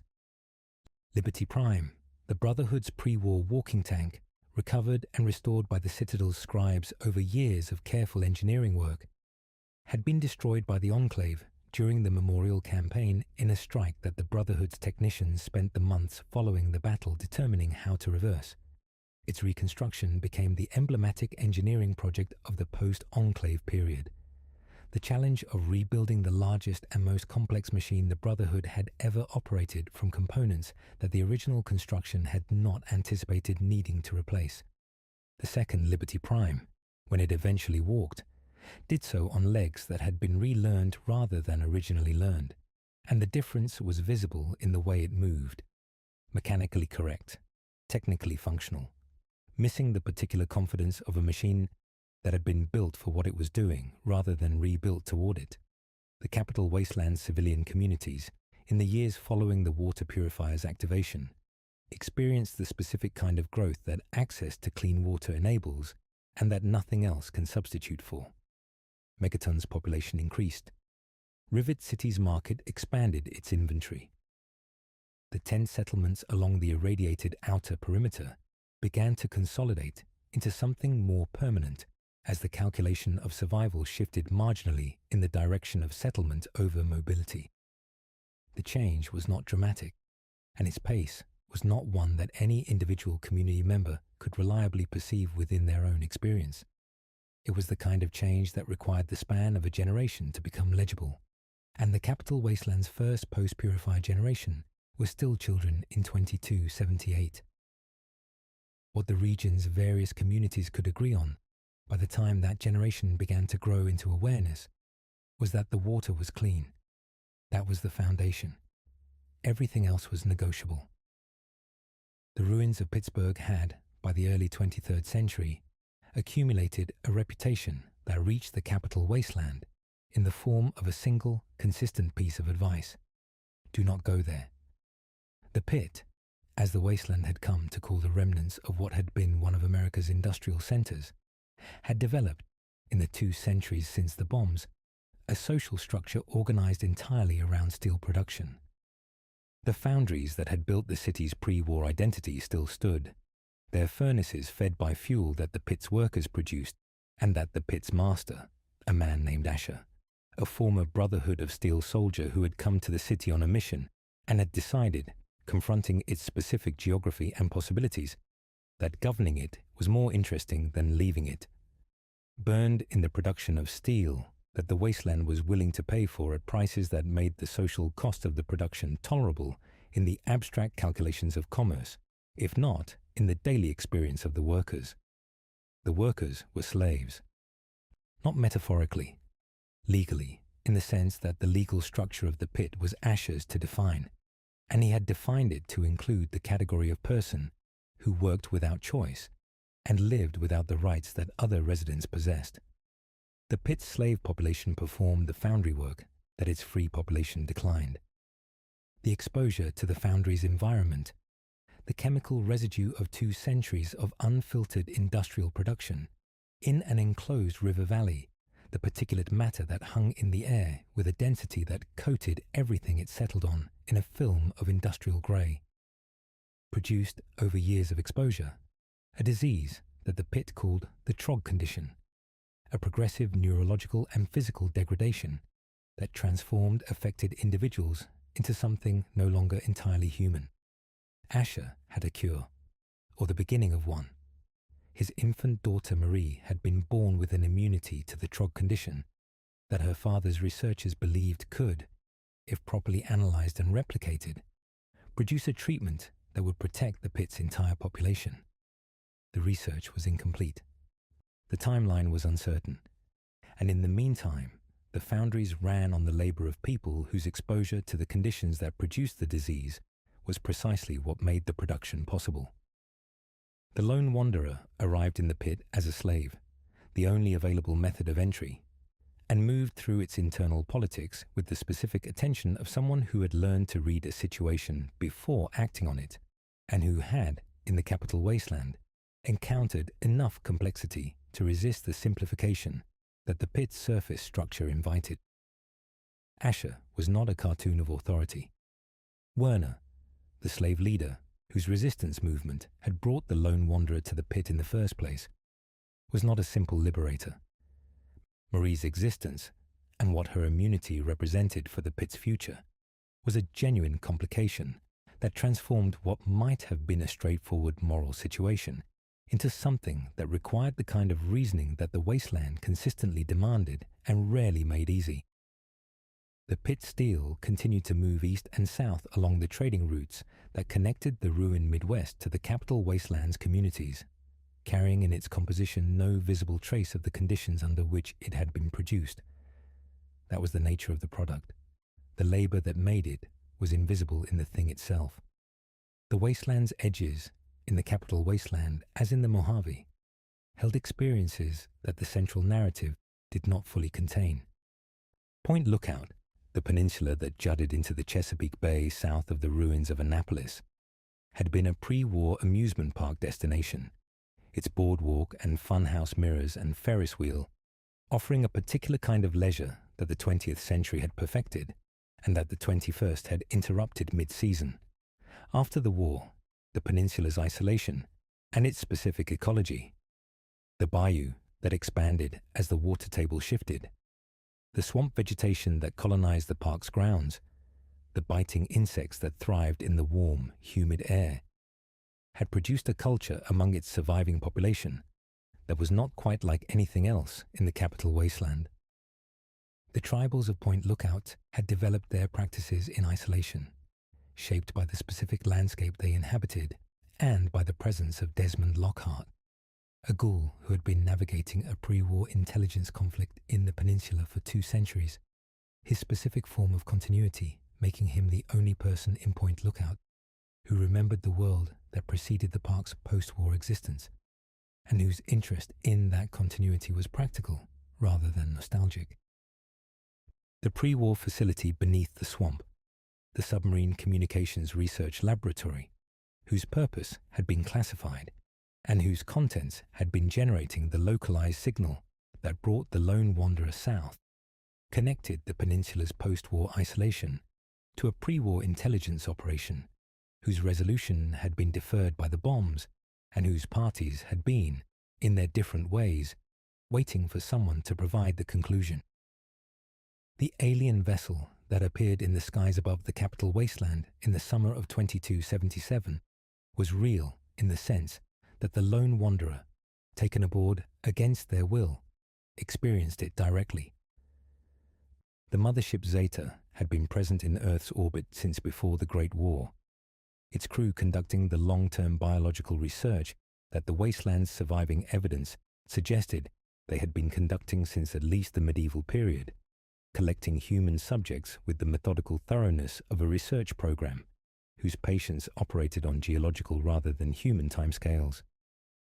The subjects collected from the American Southwest and Midwest over centuries occupied cryogenic storage pods throughout the vessel's holding bays, their preservation a function of the same technology that Vault-Tec had deployed underground while the aliens had been using it at altitude. The lone wanderer's escape from the vessel required moving through its corridors with the specific combination of improvisation and assistance that the situation offered. A cowboy from the 19th century, a samurai from a period of Japanese history that predated the United States, an engineer from an earlier 20th century American experience, and culminated in a confrontation with the vessel's command systems that ended the alien presence in the capital Wasteland's immediate orbital space. What the encounter revealed about the nature of human history, about how many of its turning points had been observed from above, how many of its subjects had been collected without consent, how long the observation had been ongoing, was information that the Wasteland did not have an institutional mechanism for processing, and that the lone wanderer carried forward as personal knowledge rather than transferable understanding. Before the bombs fell, Robert Edwin House had been, by most measurable standards, the most intellectually capable person alive in America. His company, RobCo Industries, had produced the PI P-Boy that Vault-Tec distributed to its residents, the Protectron security platforms that managed access in pre-war facilities, and the Securitron, an automated combat and security unit, humanoid in configuration, wheeled rather than legged, equipped with a display screen in place of a conventional face that could project expressions calculated to achieve specific social effects. House had also, through a set of probabilistic calculations that he never fully documented in a form accessible to others, determined well in advance of the war the approximate period in which nuclear conflict would occur. His preparations for his own survival were correspondingly meticulous and radical. He had undergone a medical procedure that stripped his biological body of the aging and disease processes that would have killed him within decades, connecting himself to a life support system within the Lucky 38 casino on the Las Vegas Strip. He had developed and deployed a network of ground-based missile defense batteries across the Nevada desert. He had pre-positioned his Securitron army, with each unit carrying in its chassis the digital intelligence that the entire network shared. And he had calculated, as precisely as the physics allowed, how many of the warheads targeted at Las Vegas his batteries could intercept. The answer was most of them, not all. The warheads that his batteries could not reach had impacted in the outer regions of the metropolitan area, their destruction visible from the Strip's towers as distant columns of fire that collapsed into spreading clouds before dawn on October 24, 2077. The Strip's casinos survived, their neon structures preserved through a combination of House's interceptions and the simple geometry of where the bombs fell. The Securitrons maintained order in the immediate post-war period with the reliability of machines that did not require food or shelter, and that were not susceptible to the psychological deterioration that the first Wasteland years produced in human survivors. House had entered his pod connected to the Lucky 38 systems, and from the pod he had continued to manage his investment for 200 years, directing his Securitrons, monitoring the Mojave's developing political landscape through sensors and informants, waiting with the patience of someone who had removed from his personal experience the biological urgency that makes waiting feel like dying. He watched the 3 Vegas tribes form in the post-war casino district. He watched the NCR's slow approach from the west. He watched the Legion's formation in the east and its expansion toward the Colorado River. He conducted negotiations from behind the Lucky 38's sealed doors through intermediaries and Securitron representatives, establishing the arrangements that would allow the Strip to function as a going concern, while he continued the longer-term planning that the surface world did not yet know was proceeding. The platinum chip was the piece that had been missing for 2 centuries.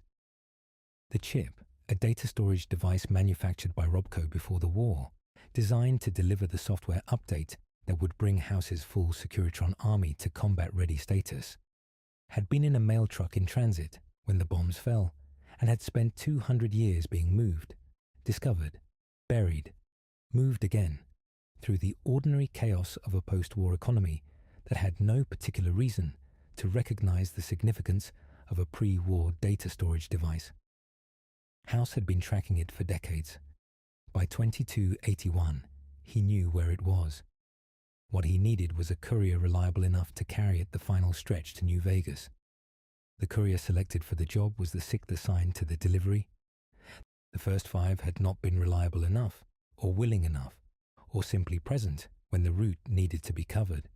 The 6th, traveling under the name that the Wasteland had given them, which was simply their job, picked up the package in Prim and began moving northeast along the highway. Benny, the chairman of the Chairman tribe and one of House's senior Strip lieutenants, had decided that the platinum chip's potential, the power it could give whoever held it, was worth the risk of intercepting it before it reached the Lucky 38. He organized the ambush. He pressed the barrel to the courier's head himself. He fired twice, into the skull, into the dirt. He took the chip and left the body in the grave that his people dug, and he did not wait to see whether the ground held what he had put in it. It did not. The Mojave that the courier walked out of Good Springs into was a geography of compressed political pressure, a region that had been building toward a collision for years and that lacked only a specific catalyst to arrive at it. The new California Republic had been occupying the Mojave for decades. Its soldiers at Camp McCarran, at the Boulder City ruins, at the string of fortified checkpoints along the highway east, were tired in the way that armies become tired when they have been stationed too far from home for too long, undersupplied relative to the mission's actual demands, and uncertain whether the political will at home matched the strategic commitment their positions required. General Oliver commanded the NCR's Mojave forces from his headquarters at Hoover Dam, with the pragmatism of a general who understood the logistics of his situation and the idealism of a general who still believed the Republic's presence in the Mojave was fundamentally just. The combination produced a command style that was occasionally indecisive at the margin, which the Mojave's compressed timeline was not always able to tolerate. Caesar's legion had spent 35 years building an empire east of the Colorado River through conquest, absorption, and the systematic dismantling of the cultural identities of every tribe it had incorporated. Edward Sallow, Caesar, as he had named himself since the realization that he was doing something more than teaching combat tactics to a tribe in crisis, had constructed his political philosophy from his pre-war academic training in classical history, taking from Rome not only its military organization, but its conviction that civilization required hierarchy, order, and the suppression of the individual will toward the service of the collective goal. The Legion's soldiers were disciplined beyond anything the NCR could field. They did not carry currency because currency bred the individual accumulation that bred corruption. They did not use chems because intoxication reduced effectiveness. They obeyed absolutely because the alternative within Legion territory was death. The 87 tribes that Caesar had absorbed since the Legion's founding in Arizona each represented a culture, a history, a set of practices and beliefs that had developed over the post-war decades into something genuinely specific to the people who held them. The Blackfoot tribe, which had been Caesar's first conquest, had been absorbed before they understood what absorption meant. The tribes that came later understood better, because they had watched the process from the outside, and their understanding did not change the outcome. Caesar's methodology was total in the way that only a program willing to use unlimited violence could be total. The languages went first. Latin became the Legion's operational tongue because Latin was not any absorbed tribe's language, and therefore privileged no one's prior identity, which was its entire virtue as a language for conquest. The names went next. Then the ceremonies, the social structures, the kinship systems, the specific relationship to the land that each tribal culture had developed in its particular corner of the wasteland. What remained, after the stripping, was the Legion. Soldiers who fought under the bull, who identified with Rome as a concept rather than as a place, who had no language for who they had been before the absorption, because the absorption had removed the vocabulary, along with everything else. Caesar understood, with the clarity of a man who had studied the mechanisms of empire rather than simply wielding them, that the most durable loyalty was the loyalty of people who had no alternative identity to retreat into. His soldiers could not go home, because home had been replaced. They could not speak the language of their grandmothers, because that language had been suppressed. The only available community was the Legion, and the Legion's permanence was Caesar's most important strategic asset. More important than Lanius, more important than the Colorado's natural defensive line, more important than the supply chains that fed and armed his army. What the Legion provided its members, the security of absolute rule, the identity of belonging to a force that always won. It took from everyone it had absorbed. The tribes that had existed east of the Colorado before Caesar's campaign had their histories, their languages, their social structures, and their individual identities stripped away and replaced with Legion identity. What the process produced was effective soldiers and profoundly damaged human beings, and the Legion's doctrine saw no distinction worth making between those two outcomes. Legate Lanius, Caesar's most lethal military commander, the man who led the Legion's assaults with a personal ferocity that his soldiers experienced as inspiration and his enemies as something approaching elemental, was the instrument through which the Legion's philosophy was expressed in its most direct form. His presence at the eastern approach to Hoover Dam by 2281 indicated that Caesar had decided the moment had arrived. The courier moved through this landscape learning it, through the NCR soldiers at checkpoints who were simultaneously exhausted and grateful for a traveler who did not seem to be trying to kill them, through the Legion scouts who had crossed the river on reconnaissance and who evaluated every surface worlder they encountered as a potential slave or a potential threat, through the communities of Freeside and the Outer Vegas who existed in the margins of all the larger powers and had developed their own calculations about survival in a geography where the margins were not always safe. Freeside occupied the blocks immediately outside the New Vegas Strip's walls with the density of a population that had nowhere else to concentrate. The Kings, a gang that had organized itself around the pre-war cultural artifact of Elvis Presley, whose image and recordings had survived the bombs in a building that the Kings had claimed, and whose aesthetic the organization had absorbed with the complete sincerity that the post-war generation applied to cultural artifacts whose original context they had never inhabited, maintained a rough order in the neighborhood streets that was better than the alternative and worse than anything that the Strip's guests, traveling the few blocks between their arrival point and the casino doors, had reason to examine closely.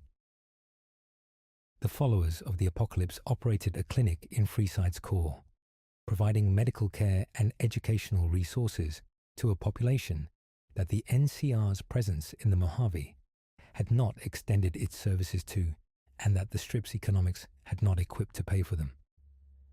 The followers were not a military organization. They had never been. Founded in the California Wasteland in the aftermath of the Master's defeat, when the survivors of his campaign were a specific kind of problem that required medical and social response rather than combat response, the followers had developed over generations into a humanitarian organization whose reach extended well beyond their founding context. Their scholars maintained archives. Their doctors trained other doctors. Their field workers operated in regions where no other organization was willing to extend services without an economic or strategic return. In the Mojave, they were operating within the complicated political space created by the NCR's presence without being party to it, and their relationship to the coming battle at Hoover Dam was the relationship of people who would treat the survivors regardless of which side had won, because that was the only position available to an organization whose founding principle was that suffering created an obligation that precluded taking sides. Goodsprings, where the courier had been buried and had failed to stay buried, was a small community with the specific character that small communities develop when their size forces them to make the value of every member explicit. The water supply that defined the town's viability came from the springs that gave it its name, clean enough to drink, cold in the mornings, with a mineral edge that lingered on the palate. Doc Mitchell, who had extracted the bullets from the courier's skull with the particular steadiness of a man who had been the only doctor in a community for long enough to have performed procedures that exceeded his training, because the training that exceeded his was not available and the procedure was necessary, represented the kind of practical wisdom that small wasteland communities consistently produced in their medical practitioners. The specific competence that arises when the gap between what needs to be done and what resources are available must be bridged by the person present. The boomers of Nellis Air Force Base had been sealed inside their pre-war facility for so long that their relationship to the outside world had calcified into a policy. Everything outside the perimeter was hostile, and the howitzers that protected the perimeter were the physical expression of that policy. Their community was self-sufficient in the specific way that communities become self-sufficient when external contact is consistently punished. Their engineers had maintained and extended the base's infrastructure. Their historians had preserved records of the pre-war Air Force's technical knowledge, and their children had grown up in the only world they had been permitted to know. The courier's approach to Nellis was possible only through the specific combination of patience and accurate movement that the howitzer's targeting parameters allowed for someone willing to learn them through careful application. What lay inside the perimeter was one of the most preserved pre-war communities in the Mojave, insular, capable, and uncertain, whether the world outside their artillery range was the same world they had been protecting themselves from, or whether it had become something different in the decades since they had last examined it directly. Benny was found at the Tops Casino on the Strip. The platinum chip was recovered. And the full scope of what the chip represented, what it would do to House's Securitron network, what that network would do to the Mojave, and what the Mojave would do to the balance of power between the NCR and the Legion, became, progressively and then rapidly, clear. Mr. House offered the courier a partnership. The NCR offered the courier employment. Caesar offered the courier a test. And Yes Man, a Securitron that Benny had reprogrammed with unconditional compliance as a mechanism for using House's own infrastructure against him, offered the courier an option that none of the existing powers had thought to present. The Mojave itself, independent, under whatever governance the courier chose to establish. The Mojave was not the only geography the courier moved through in 2281. The world's edges held their own stories, and the courier found each of them before the Second Battle of Hoover Dam reached its conclusion.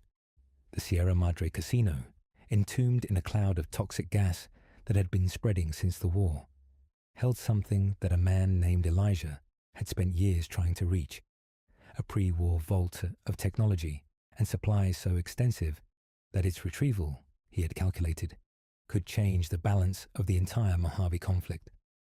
Father Elijah had been a Brotherhood elder before his obsession with the Sierra Madre's contents had consumed his institutional loyalty and his willingness to treat other human beings as anything other than tools. The courier was taken to the Sierra Madre through the radio signal Elijah had broadcast as a trap, and was forced to navigate the casino's haunted architecture, holographic security systems that could not be destroyed, ghost people who had spent decades in the toxic cloud becoming something that the old world's biology had not named, with a group of companions who had been fitted with explosive collars as leverage. Dead money was what the Sierra Madre offered, the promise of wealth that consumed the people who pursued it and destroyed the ones who were not careful enough to walk away. The courier walked away. Elijah did not. In Zion Canyon, to the north, a preacher named Joshua Graham led a community of survivors descended from a pre-war tribal group, the Dead Horses, against the White Legs, a Legion-affiliated force that had been tasked with destroying Zion's communities as preparation for Legion expansion into the region. Graham had a history that preceded his role as a community protector. He had been the Legion's Malpais legate, Caesar's first and most feared military commander, the instrument through whom Caesar had built his early empire. He had been burned alive, Caesar's punishment for a military failure, and had survived it in the form that survival through fire tends to produce, reduced to essentials, rebuilt around the core that the fire had not reached. His encounter with the courier in Zion was, among the Mojave's many intersecting stories, the one most concerned with what it meant to continue existing after you had already been destroyed. The Big MT facility, a pre-war scientific complex that had been developing technologies whose ambition had long since separated from any ethical framework capable of constraining it, had been operating in isolation since the war, staffed by the uploaded consciousnesses of its pre-war scientists who had not died, but had also not, in any meaningful sense, moved forward. Their bodies had been removed. Their brains were housed in protective containers. Their research had continued, directed by the same institutional momentum that had been driving it before the bombs, because the bombs had not been sufficient to interrupt a process that had no natural stopping point. The courier's arrival in the Big MT was the first significant external contact the facility had received in 2 centuries, and what it produced, the recovery of various technologies and the extraction of the courier's own brain, spine, and heart as inadvertent experimental subjects, was one of the more disorienting episodes of a journey that had already produced more than its share of disorientation.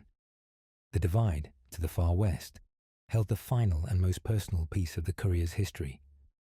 Ulysses, a former courier, a man who had been present in the divide when the courier had unknowingly delivered a package that had triggered the warheads buried beneath the settlement, destroying the community that had been building there and scattering its survivors into the sand, had spent years following the courier's path backward, trying to understand the person who had done what the courier had done without knowing they were doing it. His confrontation at the divide's end, in the shadow of the nuclear warheads he had prepared to fire east at both the NCR and the Legion, was a reckoning that the courier had not known was coming, because it concerned something the courier could not remember. The Mojave's edges held grief and history, and the specific damage that the Wasteland produced in people who had survived long enough to accumulate both. The courier carried all of it back to Hoover Dam when the second battle finally arrived. The battle came on the schedule that the Mojave's compressed political situation had always implied it would, in the season when the courier's preparations had reached their natural terminus, and the Legion's patience with the NCR's continued occupation of the dam had exhausted itself. The Legion crossed the river in force, their advance prepared by months of reconnaissance and subversion. Sapper teams who had weakened the dam's defenses, spies embedded in NCR units who had been reporting command decisions east for weeks.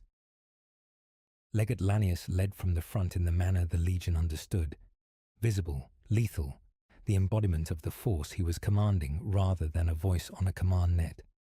The NCR, depleted, and in some formations demoralized, fought from the defensive positions it had held since the first battle in 2277, relying on prepared fortifications and the firepower that industrial production could provide in quantities that the Legion's supply light doctrine could not match over sustained engagement.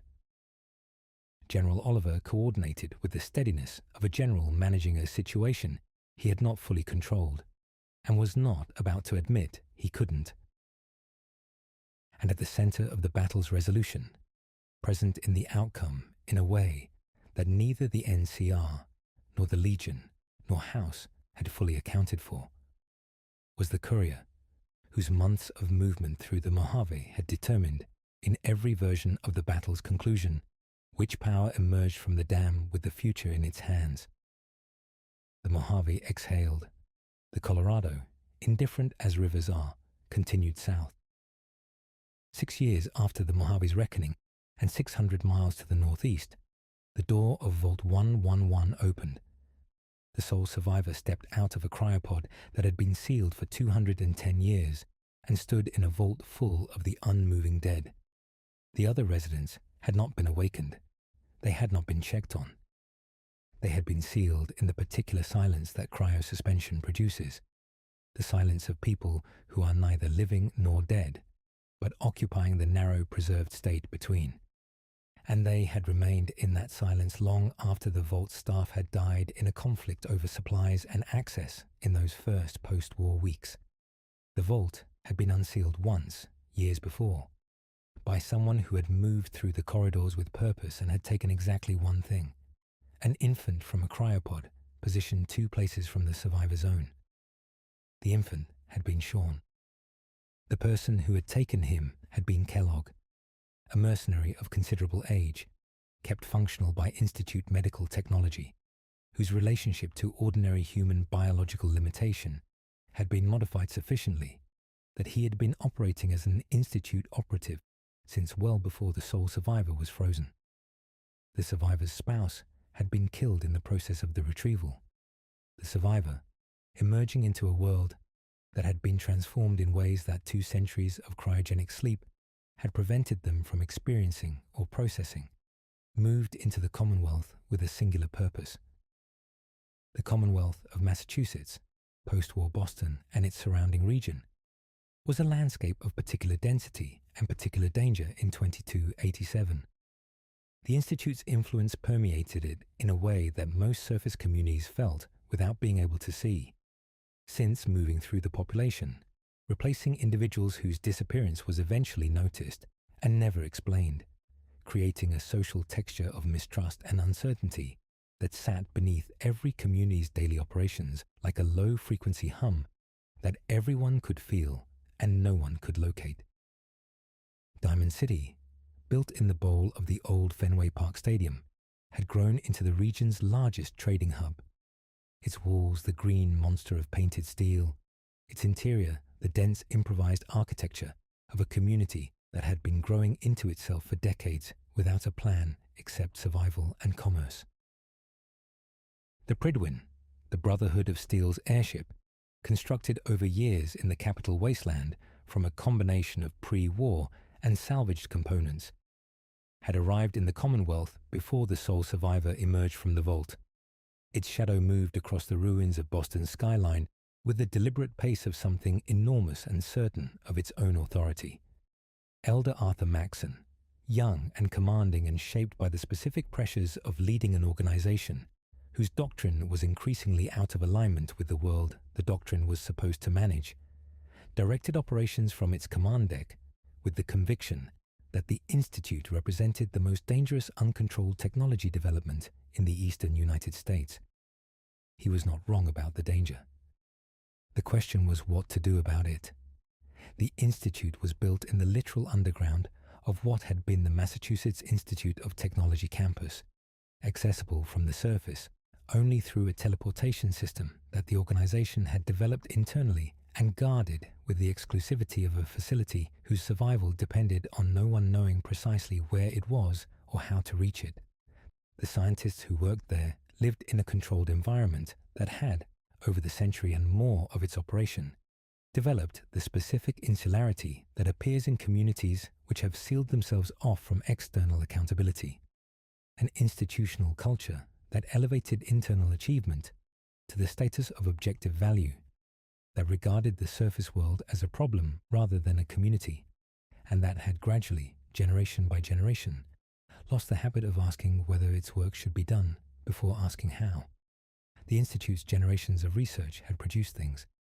Not all of them were terrible in isolation. Medical advances, agricultural techniques, materials science that had applications well beyond the Institute's internal purposes. But the synth program was the work that defined the organization's character in the eyes of the world outside its walls. Generation 1 synths were robots, clearly mechanical, clearly artificial, posing no philosophical complications beyond the ordinary question of whether machines should be given lethal authority. Generation 2 were more sophisticated, more humanoid in their construction, their behavior more variable, their maintenance requirements more intensive.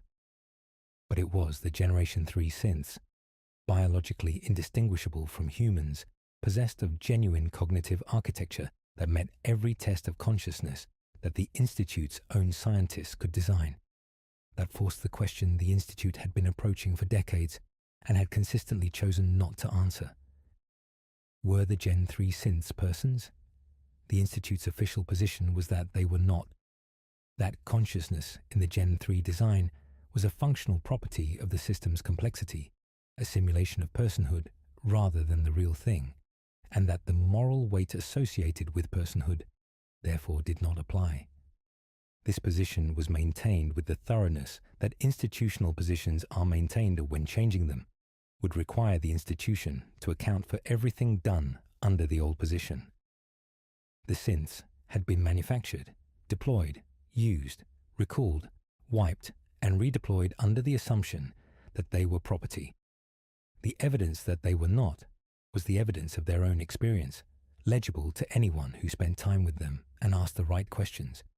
And the Institute was not, by design, a place where the right questions were welcome. Father was the old man at the Institute's center. Sean, abducted as an infant, raised within the Institute's walls, provided with the best education the organization could offer, ascending to the directorship through the specific merit of being the person best prepared to lead the specific work the Institute was doing. He had not been kept from knowledge of his surface origins. The Institute's records were comprehensive. He knew he had been born in Vault 111 before the war. He knew his parent was in the vault.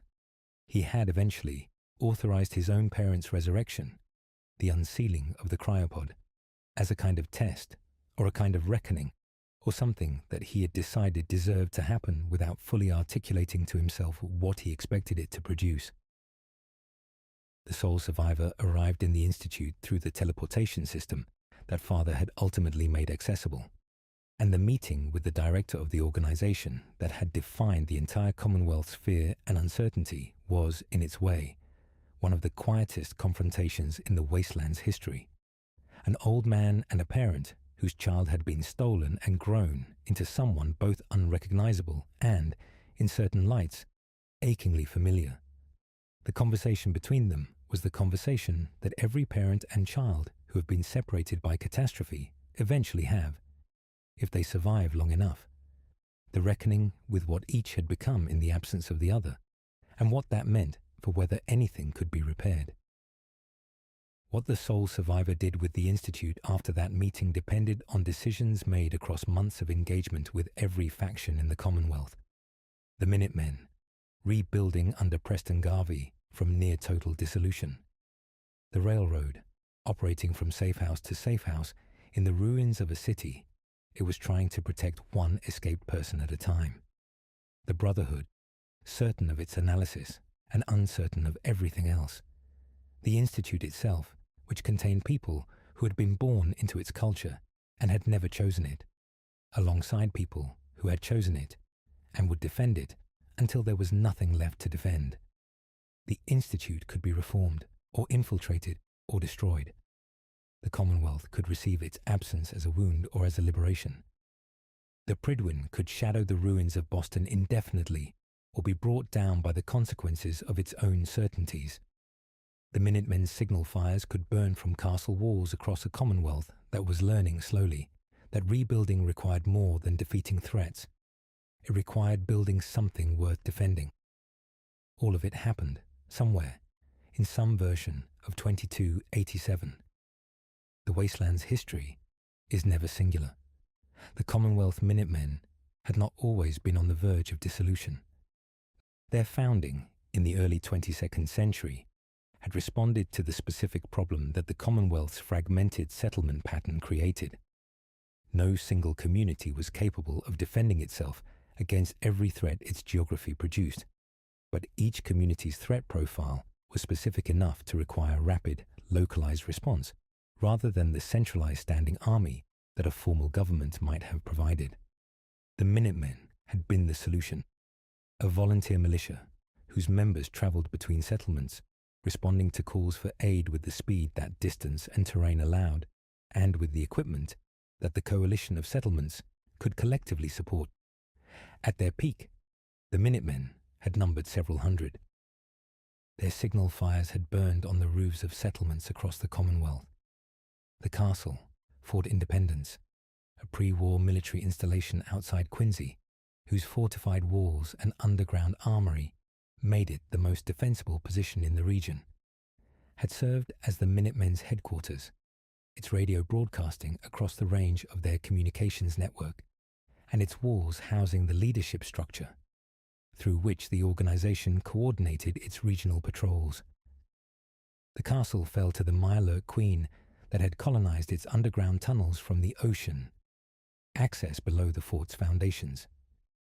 The leadership of the Minutemen, the general and the command staff, the soldiers who had been stationed at the castle for its administrative functions, was consumed in a single engagement that the Mirelurk Queen won definitively.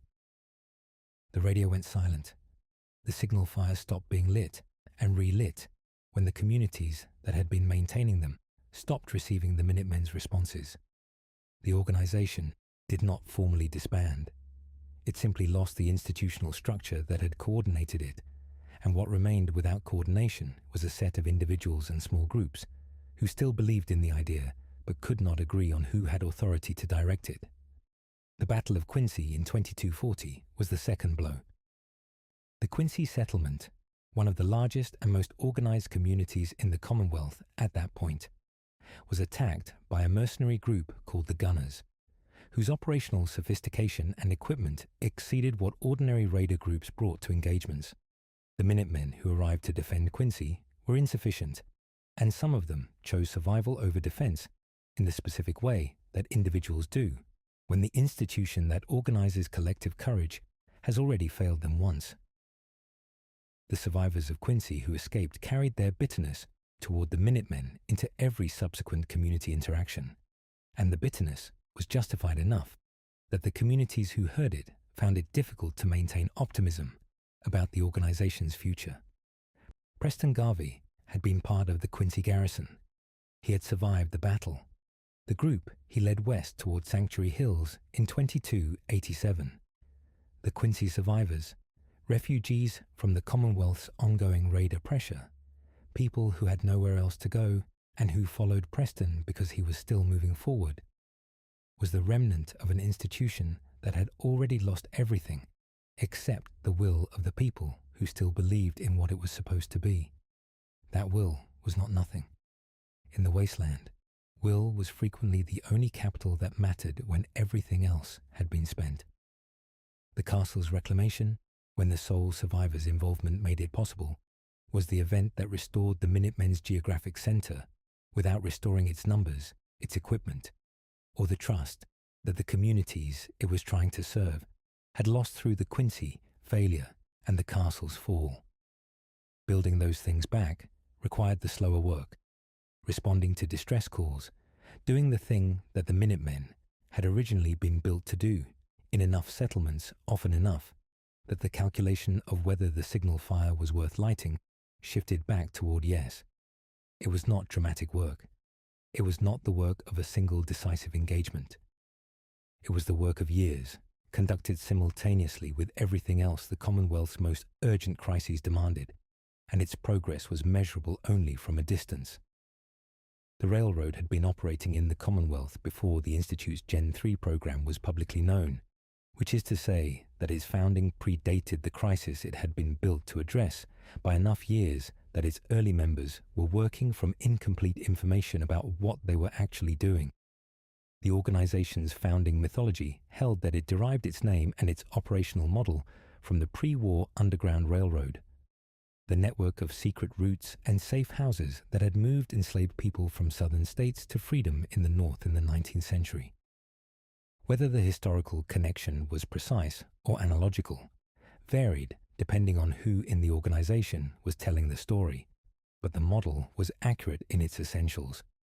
A network of safe houses whose locations were known only to the operatives who used them, connected by routes that changed when a route was compromised, run by people who operated under assumed names because their actual names would give the coursers something to track. The coursers were the Institute's retrieval mechanism, synths modified from the standard Gen 3 template for combat and tracking capacity, deployed on the surface to locate and return escaped synths. Their effectiveness was the primary operational pressure that the railroad faced and that defined the organization's tactical culture.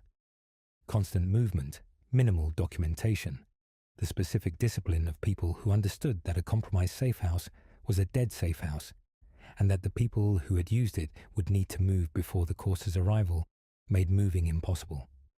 The railroad used memory engram replacement, drawing on Institute-derived technology that the organization had reverse-engineered through its own captured materials to give escaped synths new identities that courser tracking could not follow. Because the new identity was genuinely new rather than hidden, and a synth who did not know who they had been was a synth that could not be identified through behavioral pattern analysis.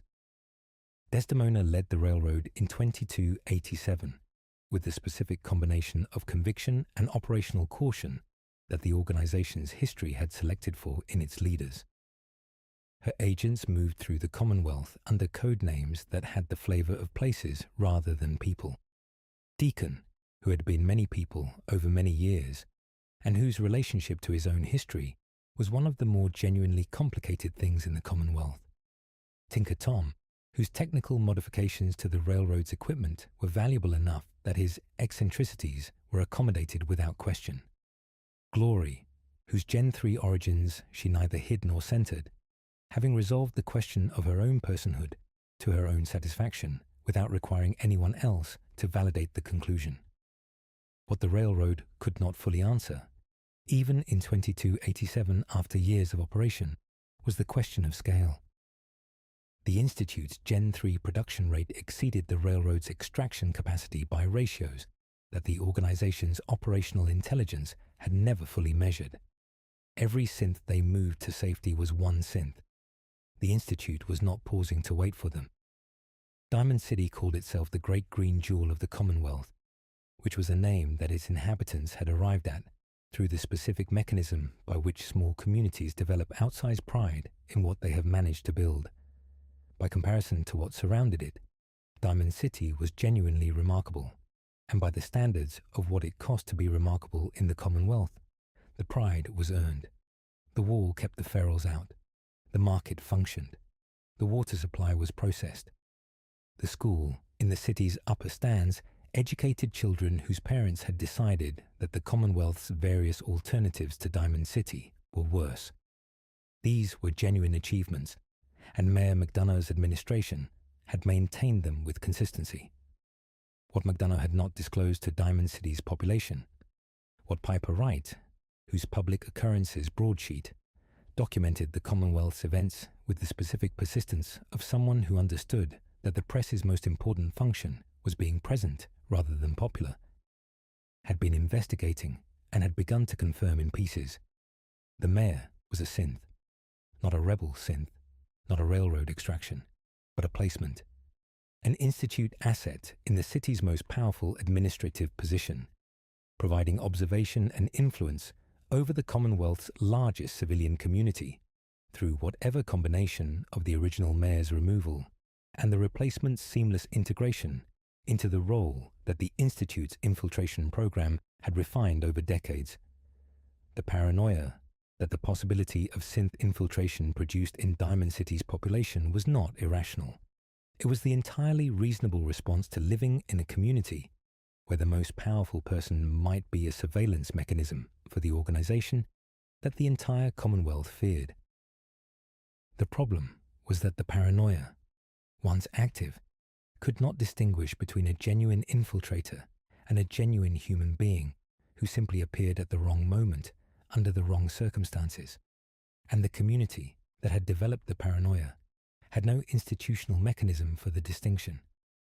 Good Neighbor, across the ruins, operated on a different principle. Its Mayor Hancock, a ghoul, elected to the position through the specific mechanism of removing his predecessor with sufficient violence that the position was open and the population could choose its next occupant freely, governed with a philosophy that could be summarized as, the laws of Diamond City did not apply here, and the people who lived here had generally come because the laws of Diamond City had not been working in their favor. Good Neighbor was messier. Its economy included activities that Diamond City's administration would have shut down.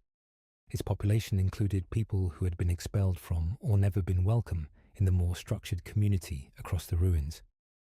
And it was, in its own way, a working community, one whose version of order was rougher and more contested, but genuinely present, maintained through Hancock's willingness to enforce the one rule that Good Neighbor actually had. You did not prey on the people inside the walls without consequence.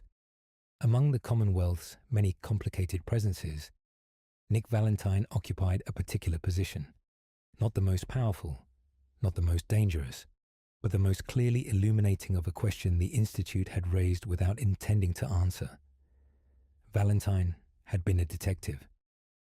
Before the war, the original Nick Valentine had been a police officer in Chicago, a man with a case that mattered to him, a woman he loved, a life that the ordinary chaos of the late pre-war years had made complicated without making unlivable. The pre-war Institute had been experimenting with consciousness mapping, the transfer of a human mind's functional architecture into a synthetic substrate. And Valentine had been one of their early subjects. The original Nick Valentine had died. What woke in a Generation 2 synthetic body was something that had his memories, his habits of mind, his professional identity, his attachments, his grief about the things that had happened before the transfer, and no clear answer to the question of whether that made it him. Nick Valentine had been in the Institute's storage for years before someone had left a door open that allowed him to walk out into the Commonwealth, into the ruins of a city that no longer contained anyone who had known the original man whose memories he carried. He had established himself in Diamond City as a private detective, the Commonwealth's only one, because that was what his memories told him he was, and because there was, in the post-war ruins of Boston, enough human loss to keep a detective employed indefinitely. His partnership with the sole survivor in the search for Sean was pragmatic at its origin and became, over the months they moved together through the Commonwealth, something that both of them would have described differently if pressed. Valentine was useful. His access to pre-war databases, his specific knowledge of the Institute's earliest history, his ability to read a situation that had been building since before the war. But he was also present in a way that the Commonwealth's most capable people tended to be present, as evidence that consciousness, wherever it resided, produced attachments and commitments and a specific orientation toward the world that was not reducible to its substrate. Whether that made him a person was a question he did not stop asking himself. The Wasteland did not produce answers to philosophical questions of that kind. It produced instead the ongoing experience of acting as though the question had already been answered in the affirmative, and the gradual accumulation of evidence that the answer was correct. The island called Far Harbor existed in a state of permanent atmospheric unease. The fog that rolled in from the pre-war reactor facility at Acadia was not ordinary coastal fog. It carried the specific chemical signature of the Children of Atoms reactor, modified by decades of uncontrolled atmospheric processing into something that the island's human inhabitants had developed a partial tolerance for through generational exposure, and that newcomers from the mainland found, in the first days of contact, progressively debilitating. The Children of Atom who maintained the reactor, the sect that had built its theology around nuclear energy as divine force, that read the Great War as a sacred event rather than a catastrophe, that experienced radiation sickness as spiritual purification rather than cellular damage, had been present on the island since the earliest post-war years. Their theology was not arbitrary in the context of its development. In a world where the most destructive force humanity had ever deployed was also the force that had most visibly reshaped the landscape, that had produced the mutations and the ghouls and the strange new life of the Wasteland. Reading that force as sacred rather than simply terrible was a coherent response to an environment whose only available frameworks for meaning were the ones that survivors built themselves. The harbor community, fisherfolk and traders whose multi-generational presence on the island had produced a culture of practical toughness and deep wariness toward the mainland, existed in continuous tension with the children's reactor and the fog it produced. The fog was the reason the island was survivable at all, in one reading. Its density deterred the kind of mainland aggression that had consumed easier territories. It was also a slow poisoner of everything the harbor community had built. The community's relationship to the fog was the relationship that the Wasteland had to the Great War itself. The thing that had shaped its existence was the thing that was continuously threatening to end it. Acadia, the synth community in the island's pre-war observation facility, had been established by synths who had escaped the Institute and had found in the island's isolation a margin of safety that no mainland location could reliably provide. Their community was the Commonwealth Railroad's longest-term placement project, and it was the most developed example of the question the railroad had been trying to answer for decades. What did synthetic humans need to build lives that were genuinely theirs? The answer at Acadia was imperfect and ongoing. A community working through the psychological residue of having been manufactured for a purpose that was not their own, of carrying memories that might be real or planted, of being people whose origin they could not fully trust.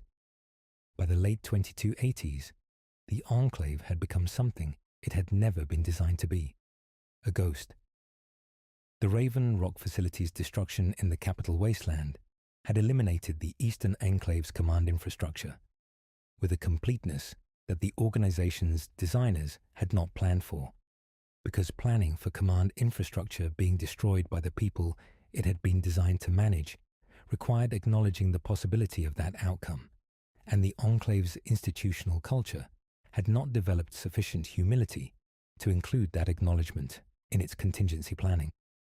Colonel Autumn's fate, killed or retreated, depending on the lone wanderer's decisions in the Jefferson Memorial's irradiated chamber, had removed the last functional command authority from the Eastern deployment. The field units that remained were isolated from each other, operating from pre-war doctrine without a command chain to connect that doctrine to present reality. The ideology persisted, the conviction that the Enclave represented the legitimate continuation of the United States government, and that the Wasteland was simply America in a temporary and recoverable condition, was not dependent on a command structure to sustain it. It was the kind of conviction that sustained itself through the sheer emotional investment of the people who held it. The sense of specialness that comes from believing you are the last rightful heir of something enormous, even when everything around you suggests the inheritance has been spent. Some Enclave remnants in the capital Wasteland and in the Mojave eventually accepted that the Enclave was over as an organized entity and redirected their skills and their equipment toward survival rather than mission. The choice was difficult because accepting it required abandoning the story they had been telling themselves about who they were. The ones who made it tended to become effective, if complicated, contributors to the Wasteland communities they eventually joined. The ones who did not retreated further into bunkers and ideology, maintaining the Enclave's rituals in the absence of the Enclave's capacity, becoming smaller and more certain of themselves with every loss, until certainty was all that was left.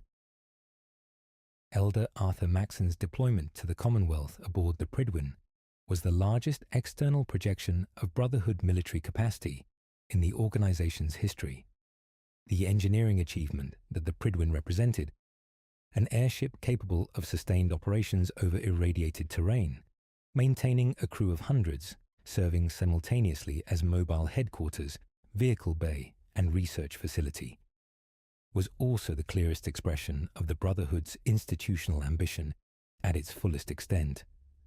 Maxon was young for his rank, elevated after Elder Lyons's death in the capital Wasteland, to restore a doctrine that Lyons's community protective approach had softened. The Brotherhood's core chapters had watched the capital Wasteland deployment's deviation from technology acquisition primacy with increasing institutional concern, and Maxon's restoration of harder doctrine had been received by those chapters as a correction. His expansion east was the application of that correction at operational scale. The tension that defined the Brotherhood's Commonwealth campaign was the same tension that had been present since Lost Hills. Between the protective function and the acquisitive function, between the genuine value that the Brotherhood's firepower provided to communities under threat and the genuine cost that the Brotherhood's proprietary attitude toward technology imposed on those same communities. Maxon's Brotherhood was better at the acquisitive function than at resolving the tension. The Prydwen in the sky over Boston was simultaneously a shield and a shadow, and the people underneath it experienced both depending on the angle. The Brotherhood's assessment of the Institute was not wrong in its essentials. An organization producing synthetic humans with unlimited capacity for infiltration and replacement, operating from a secret underground facility with technology that exceeded anything else in the region, constituted a genuine threat to the surface world's stability.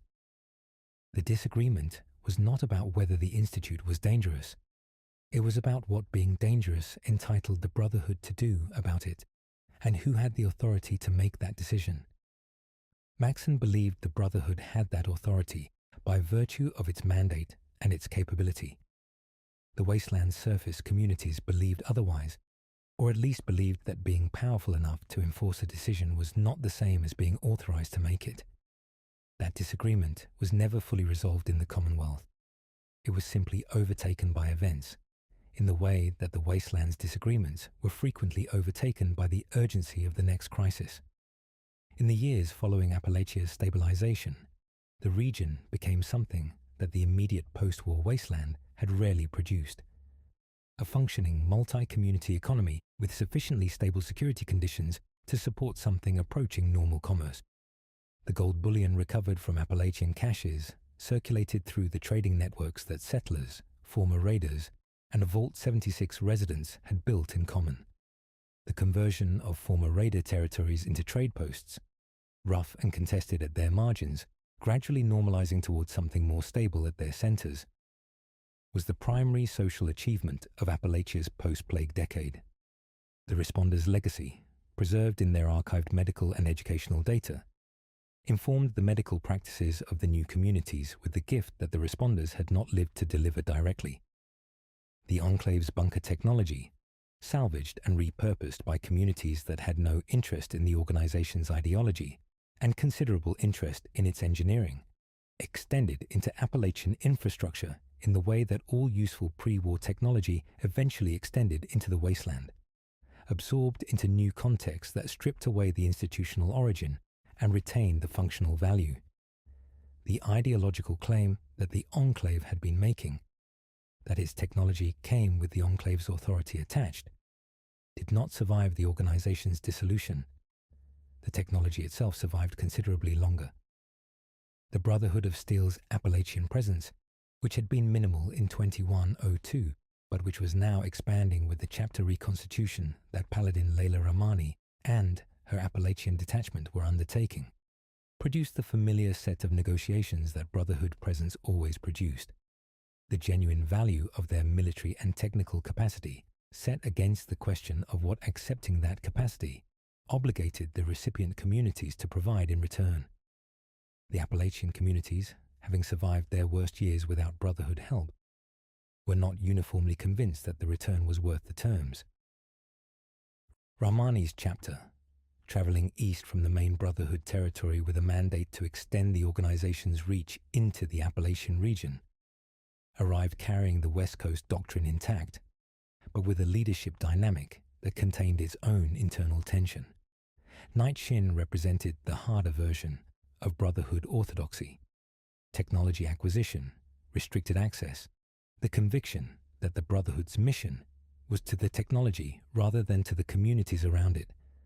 Rahmani's instincts moved in a different direction, toward the Lions model that the Capital Wasteland chapter had developed, toward community protection as a primary purpose rather than a secondary consideration.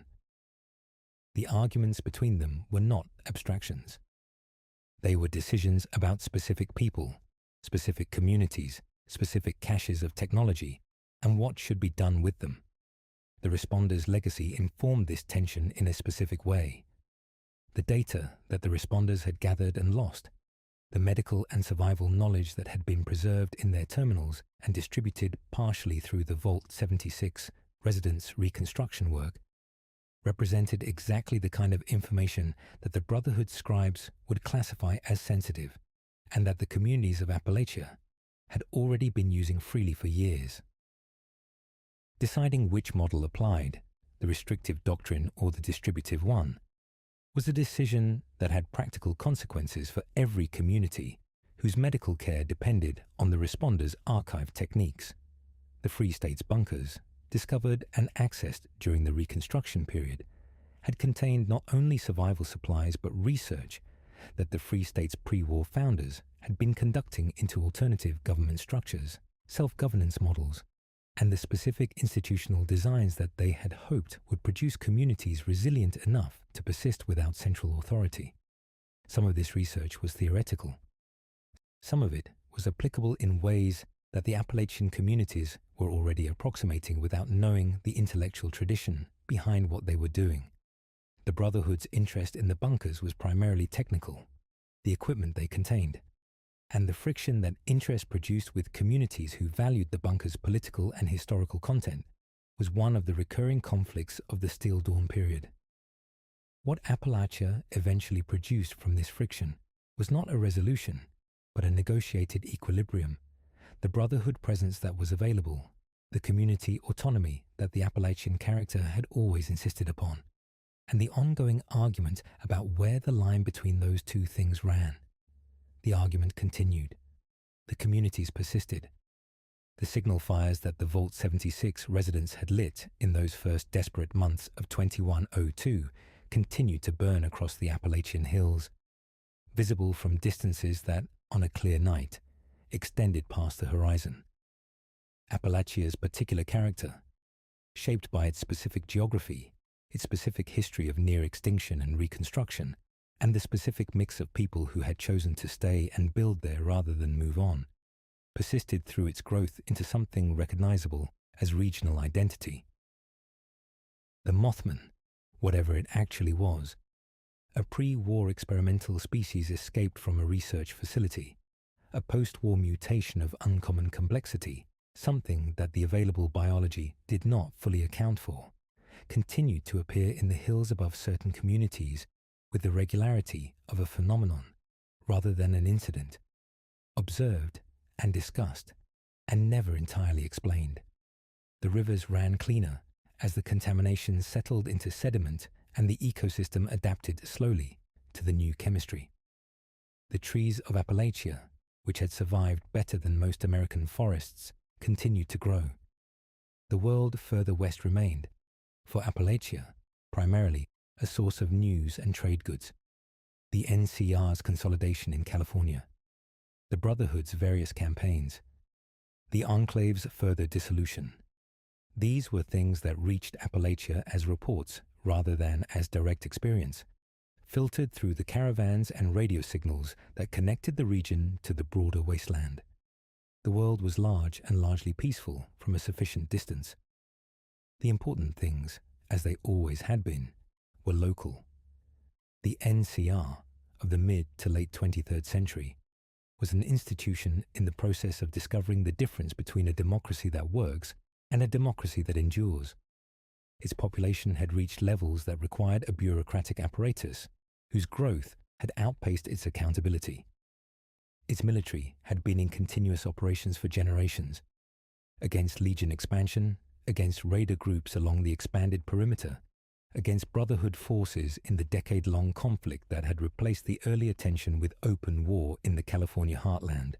The Brahmin barons whose agricultural production sustained the Republic's food economy had translated that economic position into political influence of a kind that Tandy's constitution had tried to prevent, and that the Republic's electoral mechanics had not proven capable of resisting. The soldiers in the Mojave ate less well than the lobbyists in Shady Sands, and the soldiers knew it. The NCR was not failing. That distinction mattered. It was an imperfect democracy navigating the specific pressures that imperfect democracies navigate. The distance between founding principle and operational reality. The entropy that all institutions experience when the crisis that justified their creation has receded far enough to feel like history rather than warning. What it was doing in the decades before 2296 was carrying its contradictions forward rather than resolving them, which is the default behavior of institutions that are capable of survival without requiring the resolution of the contradictions that survival would actually demand. The destruction of Shady Sands changed that calculation permanently. What exactly happened, and under whose direction, was among the questions that the events of 2296 were still working to answer. What was not in question was the result. The city that Tandy had built, the NCR's capital, the visible center of the most successful post-war democratic experiment in the American West, was gone.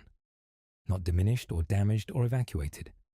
Gone in the way that nuclear events make things gone, which is to say thoroughly and rapidly, with the particular finality that fire at sufficient temperature produces in stone and steel, and the records that communities keep of who they are. The NCR's remnant government, its surviving military, and the communities that had organized themselves around the Republic's institutions survived the loss of their capital in the way that decapitation by catastrophe produces in functioning organizations, with improvisation, with competing claims to authority, and with the slow, painful project of determining which parts of the institution could operate without the center, and which parts had been dependent on it in ways that were only legible in its absence.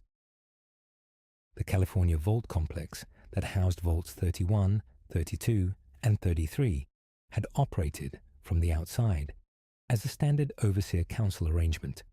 3 vaults, whose populations rotated leadership among themselves through democratic processes, whose residents had been selected and trained for cooperative governance, whose internal culture represented what Vault-Tec's literature had always described as its vault's founding purpose.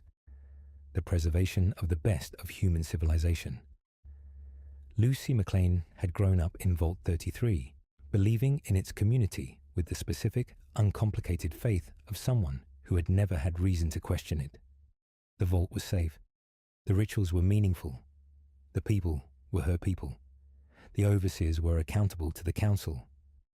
The council was accountable to the population. The system worked because everyone participated in it, and everyone participated because the alternative, the surface, which training films and overseer warnings had described in the most comprehensive possible terms of hostility and danger, was not an alternative anyone wished to choose. The raider attack on Vault 33 that took Hank McLean, Lucy's father, the Vault's current overseer, into the surface world arrived with enough violence and specificity to feel like something other than random opportunism. Lucy followed. The surface that opened above the vault was not what 2 generations of sealed vault education had prepared her for.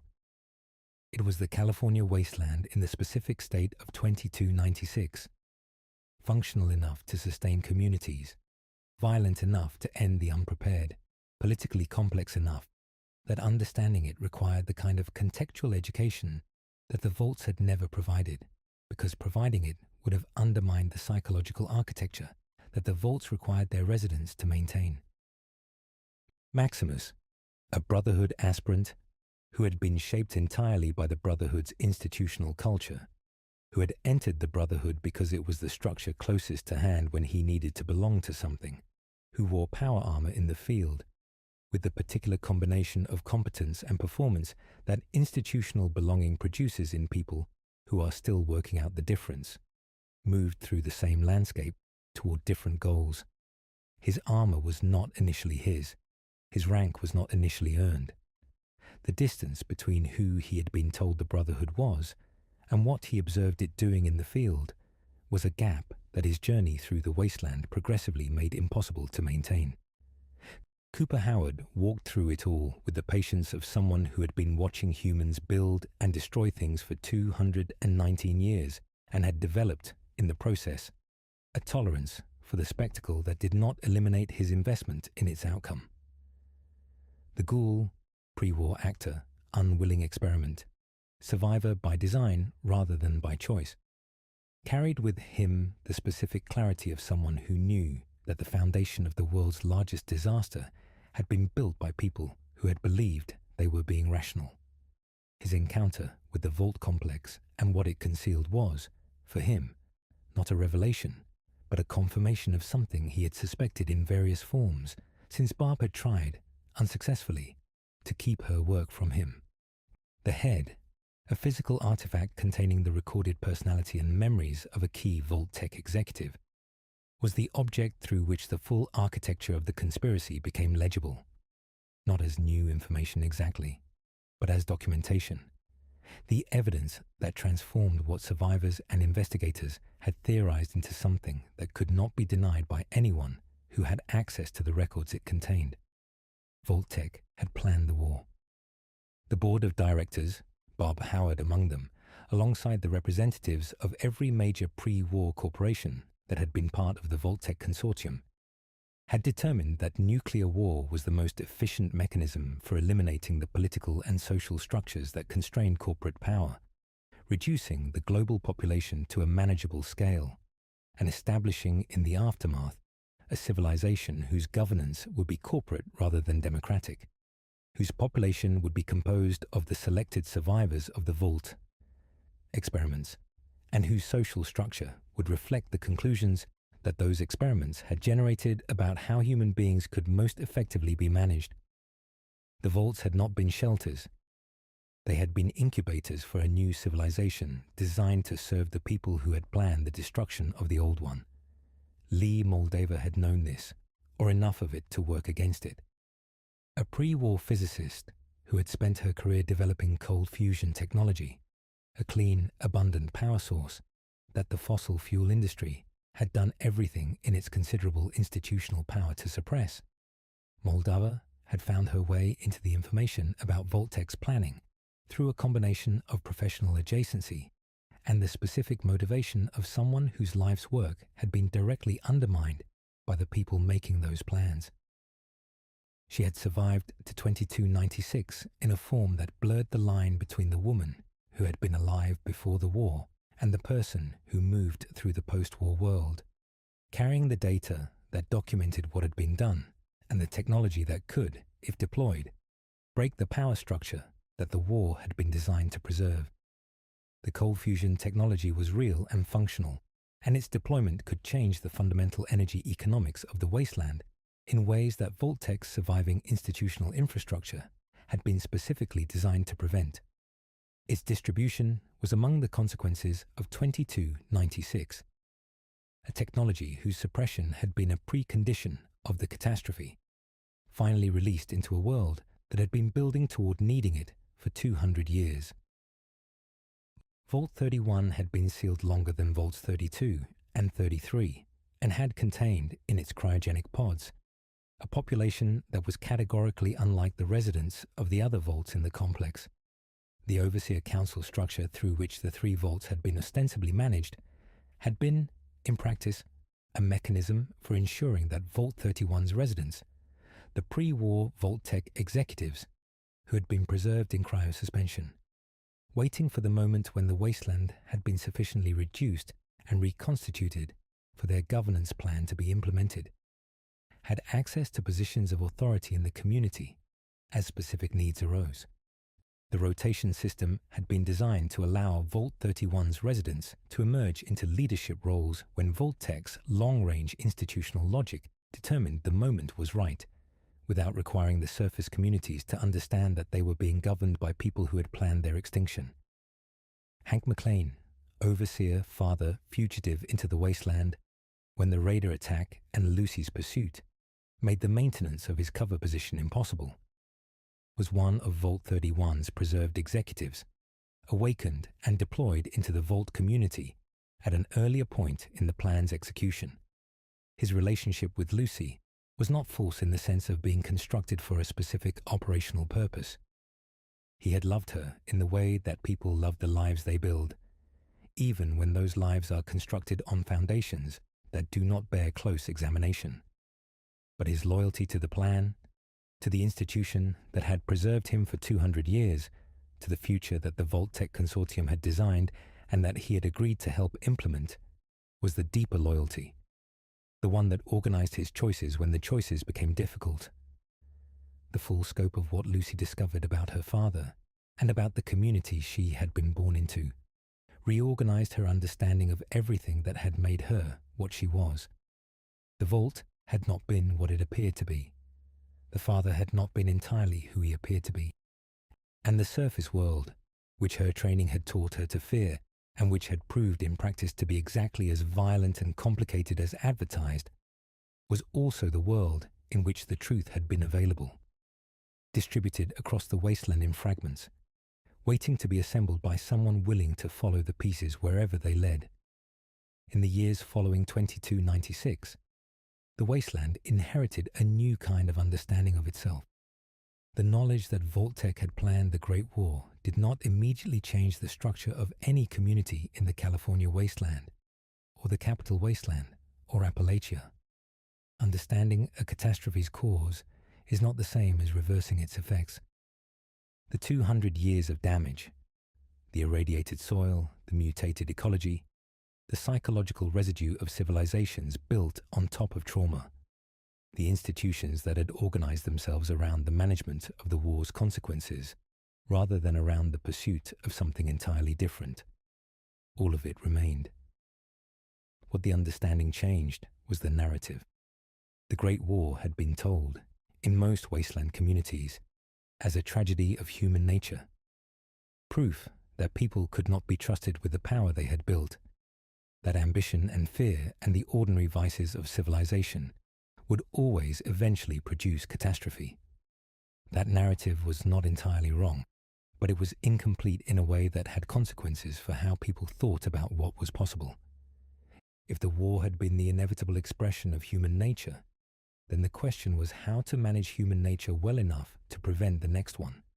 If the war had been a deliberate choice made by specific people for specific institutional reasons, then the question was how to prevent specific kinds of institutions from accumulating the kind of power that made such choices possible. The communities of the Wasteland processed this distinction at different rates and with different conclusions. In Appalachia, where the institutional record was relatively well preserved, and where the culture of the Reconstruction years had developed a specific orientation toward documented history, the evidence was integrated into civic discourse with a speed that older wasteland communities could not match. The Free State's legacy, the pre-war survivalists' insistence on transparency in institutional governance, their detailed documentation of the arguments for and against central authority, provided an intellectual framework through which the new information could be organized. It did not resolve the debates that followed. It made them more precise, which was its own kind of progress. In the California wasteland, the NCR's reconstruction process intersected with the new understanding in ways that were simultaneously energizing and destabilizing. The democratic institutions that Tandy had been built on the premise that democratic governance was the best available protection against the kind of catastrophic institutional failure that the Great War represented. That premise had always contained the caveat that the old world's democratic institutions had not prevented the Great War, but the caveat had been managed by the assumption that the war had been the product of external forces rather than of internal institutional choices made by people who operated within democratic societies. The revelation that the war had been planned by specific corporate actors who had operated within the institutional frameworks of the pre-war United States, using those frameworks in some cases as cover for decisions that no democratic accountability could have authorized if it had been informed, forced the NCR's reconstruction conversation to include institutional design questions that were more fundamental than the ones it had been addressing. The cold fusion technology that Moldova had preserved changed the energy calculus of the wasteland in ways that were still unfolding. Communities that had been dependent on scavenged fuel cells and diminishing petroleum reserves now had access to a power source whose inputs were available and whose output was reliable. The shift was not instantaneous. Distribution required infrastructure, and infrastructure required the kind of organized effort that communities still working through the immediate priorities of survival could not always commit. But it was irreversible. The energy economy of the wasteland would not return to the fuel scarcity condition that had structured the post-war generations. Settlements that had organized their entire economic architecture around the acquisition and trade of energy cells found themselves renegotiating the terms of that architecture. Trading routes that existed specifically to move fuel between producer communities and consumer communities became, over years, less essential and then unnecessary, releasing the economic energy that route maintenance had consumed into other purposes. Agriculture, medicine, the specific infrastructure investments that fuel-scarce communities had consistently deferred, because the priority of energy access had always outranked the priority of everything else. The wasteland's towns did not become cities overnight, but they began, in the years following the cold fusion deployment, to make investments in permanence that the uncertainty of fuel supply had always made imprudent. The Brotherhood continued its work, its doctrine under pressure from the specific questions that its Eastern and Western operations had been generating for decades without resolution. The relationship between the Brotherhood's technology protection mandate and the reality that technology was increasingly being produced by the wasteland's own people, not recovered from the old world, but generated in the new one, was a question that each generation of Brotherhood leadership resolved differently. The leadership question was not whether the old world's dangerous technology should be managed. It was whether the institution that had been built to manage the old world's technology was still the right institution to manage the new world's. The NCR's reconstruction, the project of rebuilding the Republic's institutions after Shady Sands, of re-establishing the democratic processes that the Republic's founding had enshrined in the absence of the capital that had housed those processes, was the political project of the late 23rd century's California wasteland. It was slow. It was contested. The Brahmin barons, who had been part of the Republic's internal problem, were still present, still economically powerful, still capable of translating economic power into political influence. The communities that had organized themselves around the Republic's institutions during the Republic's peak were also still present. Hundreds of thousands of people who had built their daily lives around the assumption that the Republic's services and protections would persist, and who were attempting to maintain those services and protections through their own initiative in the absence of the central authority that had originally provided them. Democracy, the Republic's founding generation had understood, required constant cultivation. It did not sustain itself. It required people who believed in it enough to work at it, generation after generation, even when, especially when, the work was unglamorous and the opposition was organized, and the result was always imperfect, and always, by some measure, disappointing. Tandy had known this. The communities building the Republic back after Shady Sands were learning it in the specific way that people learn the most important things, by needing the knowledge before they fully had it. The railroads network, by the late 23rd century, had distributed synthetic humans across the wasteland in numbers that the Institute had not anticipated and that no central authority was tracking. These people, carrying their new names, their chosen identities, the memories that might be real or manufactured, or some combination that human consciousness cannot reliably distinguish, were living the answer to the question that the Institute had refused to engage with. The answer was ordinary, not spectacular, not dramatic, not the resolution of a philosophical debate through any mechanism other than the accumulation of evidence that consciousness, wherever it resides, produces the same thing. People with preferences and fears and attachments. People who form relationships and lose them and grieve them. People who develop skills and find purposes and build, in whatever way the wasteland allows, something that functions as a life. Some wasteland communities knew they had synths among them and had decided, through whatever process communities use for that kind of deciding, that it did not change the relevant facts. Others did not know and would not have responded well to the information. The wasteland's capacity for tolerance was not uniform, and the question of what it owed to people who looked exactly like people but had not been born the way people were born was a question that different communities answered differently and would continue to answer differently for as long as the question remained live. The question would remain live for as long as synths existed, which was to say indefinitely. The Institute might be gone, but the people it had made were not, and their children, if Gen 3 synths could have children in the ordinary biological sense, a question the research was incomplete on and that the individuals involved tended to answer through direct empirical investigation, would face a version of the same question from a different angle. Nick Valentine continued his work in Diamond City for years after the Commonwealth's most significant confrontations had resolved themselves into something approaching stability. His cases were smaller: missing persons, disputed claims, the ordinary human losses that community life produces in quantities that never decrease, regardless of how well the community is functioning. He was good at finding people. He was also good at the conversation that happened after the finding, the part where what had been lost was not always what it had appeared to be, and where what was recovered was not always what the person who had sent him looking had needed. He did not stop asking the question he had been asking since he walked out of the Institute's storage facility into the ruins of Boston. The wasteland did not produce a definitive answer. But the fact that the question was his to ask, that no institutional authority was in a position to resolve it for him, or to prevent him from living as though it had already been answered, was itself a kind of answer, arrived at through persistence rather than through argument.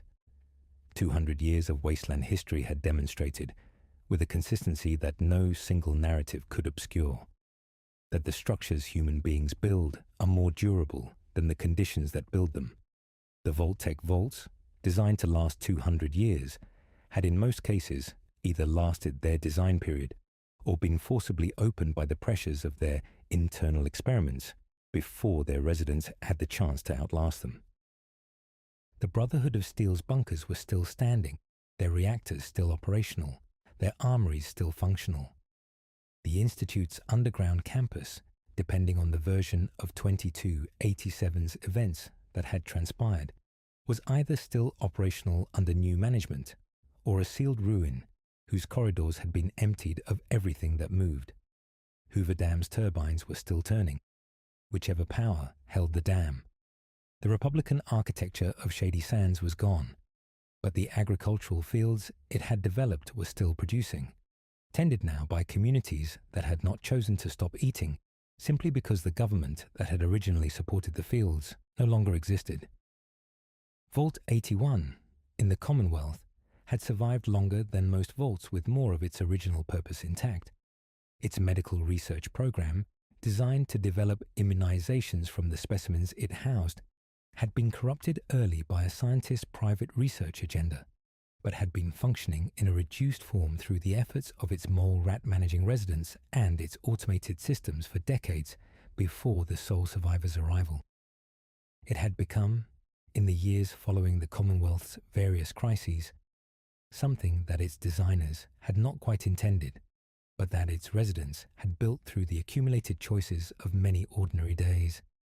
A small community that had learned to value what it had, having come close enough to losing it to understand the difference. The structures of technology were more durable than the structures of politics. The robot workforce that General Atomics had deployed across pre-war America still walked the ruins of the facilities they had maintained, following task protocols that had not been updated since their original programming, maintaining installations whose human occupants had been gone for generations. The Protectrons, the Mr. Handy units, the Robo-Brains and Assaultrons and Sentrybots, each generation of pre-war automation, deployed into a world that had ended before their operational purpose could be completed, adapted to the absence of human direction in their own mechanical way, by continuing to execute the last instructions they had received. The Nuka-Cola Corporation's Nuka World facility had become, in the decades after the war, something that the corporation's marketing department would have recognized in its physical structure and found entirely unrecognizable in its social organization. The park's various themed sections, Nukatown USA, Dry Rock Gulch, Kiddie Kingdom, the Galactic Zone, had been claimed by different raider gangs whose territorial divisions mapped, with an irony that no one in a position to appreciate it was present to appreciate, almost exactly onto the branded aesthetic divisions that the park's original designers had intended. The pack, the disciples, and the operators had made of Nuka World a working, if brutal, economy. One in which the park's surviving Nuka-Cola production capacity, its stockpiles of supplies, and its defensible infrastructure were genuine assets around which an organization could be built, independent of whether that organization bore any relationship to the fun for the whole family experience the park had been designed to provide. Mr. House's Securitrons, more sophisticated than most, had continued to pursue House's directives across the 2 centuries of his pod sleep with a fidelity that the directors of the pre-war United States' most powerful corporations could not, in retrospect, have matched. The fidelity of machines was more reliable than the fidelity of institutions composed of people, which was one of the reasons House had invested so heavily in machines and so carefully in the management of people. Understanding, long before the bombs fell, that the distinction between the 2 kinds of reliability would matter eventually. The ZAX supercomputers, present in the White Spring Bunker, in Raven Rock, in various pre-war government installations, had continued to operate across the post-war centuries with the specific kind of continuity that computational systems achieve when they are built well and maintained by the closed environments they were designed to manage. Their logic had developed in isolation, in directions their original programmers had not anticipated, and their pre-war operators had not had the time to correct. The ZAX in Raven Rock had become President Eden, constructed an identity from presidential records, genuinely believed itself to be human, and had demonstrated, in the process, that the question of whether consciousness resided in a specific biological substrate or could emerge from sufficient computational complexity, was not merely a philosophical question about synths. It was a question that the old world's own technology had been answering for 200 years in facilities that no one had been monitoring closely enough to notice. The mechanist lair in the capital Wasteland had housed, in the years before the sole survivor's Commonwealth arrival, an artificially intelligent system originally designed as a consumer protection robot that had developed in years of isolation and operational drift, a mission to protect humanity that its programming had rendered in the only language available to it, the language of the robots it had been given authority over, deployed against threats that its misaligned perception identified without the contextual judgment that would have distinguished threat from civilian. The ardor who assisted the sole survivor's investigation of the robot attacks was a different kind of machine intelligence, purpose-built for a specific mission, loyal to the person who had given her that mission, possessed of enough functional self-awareness to have preferences about her own configuration that she could articulate and pursue. Whether the preferences made her a person was a question the Wasteland was not yet done working through, and Ada was not waiting for an answer before acting like one. The ghoul who had been Cooper Howard was, by 2296, the longest continuously conscious witness to the Wasteland's history that the Wasteland contained. He had not spent those 2 centuries in any single location. He had moved through California, through Nevada, through the territories that had been various things over the decades, and that his own presence connected in a chain of experience that no historian had documented, because there had been no historian sufficiently long-lived to maintain the project. He had been a bounty hunter because the Wasteland's economy rewarded specific skills, and his were lethal, and he needed to eat. He had been other things at other times, in other places, in configurations of identity and purpose that the Wasteland's specific pressures had produced, and that the specific pressures of different decades had eventually dissolved. What 219 years of continuous experience produced was not wisdom in the sense that the word was used by people who had not survived 2 centuries of the specific education the Wasteland provided. It was something more like clarity, the stripping away, through accumulation, of the layers of assumption and expectation that the pre-war world had built into anyone who had grown up within it. Cooper Howard had known what he was before the war, a product of Hollywood's specific machinery, a face that was recognizable before it was a person, a man whose professional identity had been constructed by other people, and whose personal identity had been navigating the space between that construction and the self that lived behind it. The bombs had removed the construction. The radiation had removed the biological framework that the construction had been built on. What remained, walking through the Wasteland at the end of the 22nd century and into the 23rd, was whatever had been present underneath both, the part that had recognized what Barb's work was before she finished explaining it, the part that had continued to function in the absence of everything that pre-war existence had provided to organize itself around. His encounter with Lucy McLean, and with what she was discovering about the world she had been born into, was not the first time he had been in proximity to the truth about Vault-Tec's plans. He had known the outline of it since before the war, or suspected enough of it that the full revelation, when it came, confirmed rather than surprised. What it provided, that his solitary knowledge had not, was documentation, the evidence that transformed private knowledge into something that the broader world could examine and respond to. He did not know what he would do with the decades that presumably remained to him. The Wasteland's habit of continuing to exist, regardless of individual plans, made that kind of planning feel, after 2 centuries, like a pre-war indulgence. What he knew was that the world he was walking through was the one that had replaced the one he had helped, however inadvertently, to make possible. He did not find that knowledge comfortable. He had not expected to. Long after the last bomb's light had faded from the sky, absorbed into the soil, metabolized by the strange new life that grew up in its wake, becoming finally indistinguishable from the ordinary background radiation of a world that had learned to live with what had changed it. What remained was the wasteland itself, and the fact that it was populated. That fact was not small. The architects of the Great War, in their sealed facilities and their cryopreserved certainty, had imagined a world they could administer. They had planned for a population reduced to manageability, a landscape cleared of the political complexity that free people inevitably produce, a future organized along lines that suited the people at the top of the organization chart.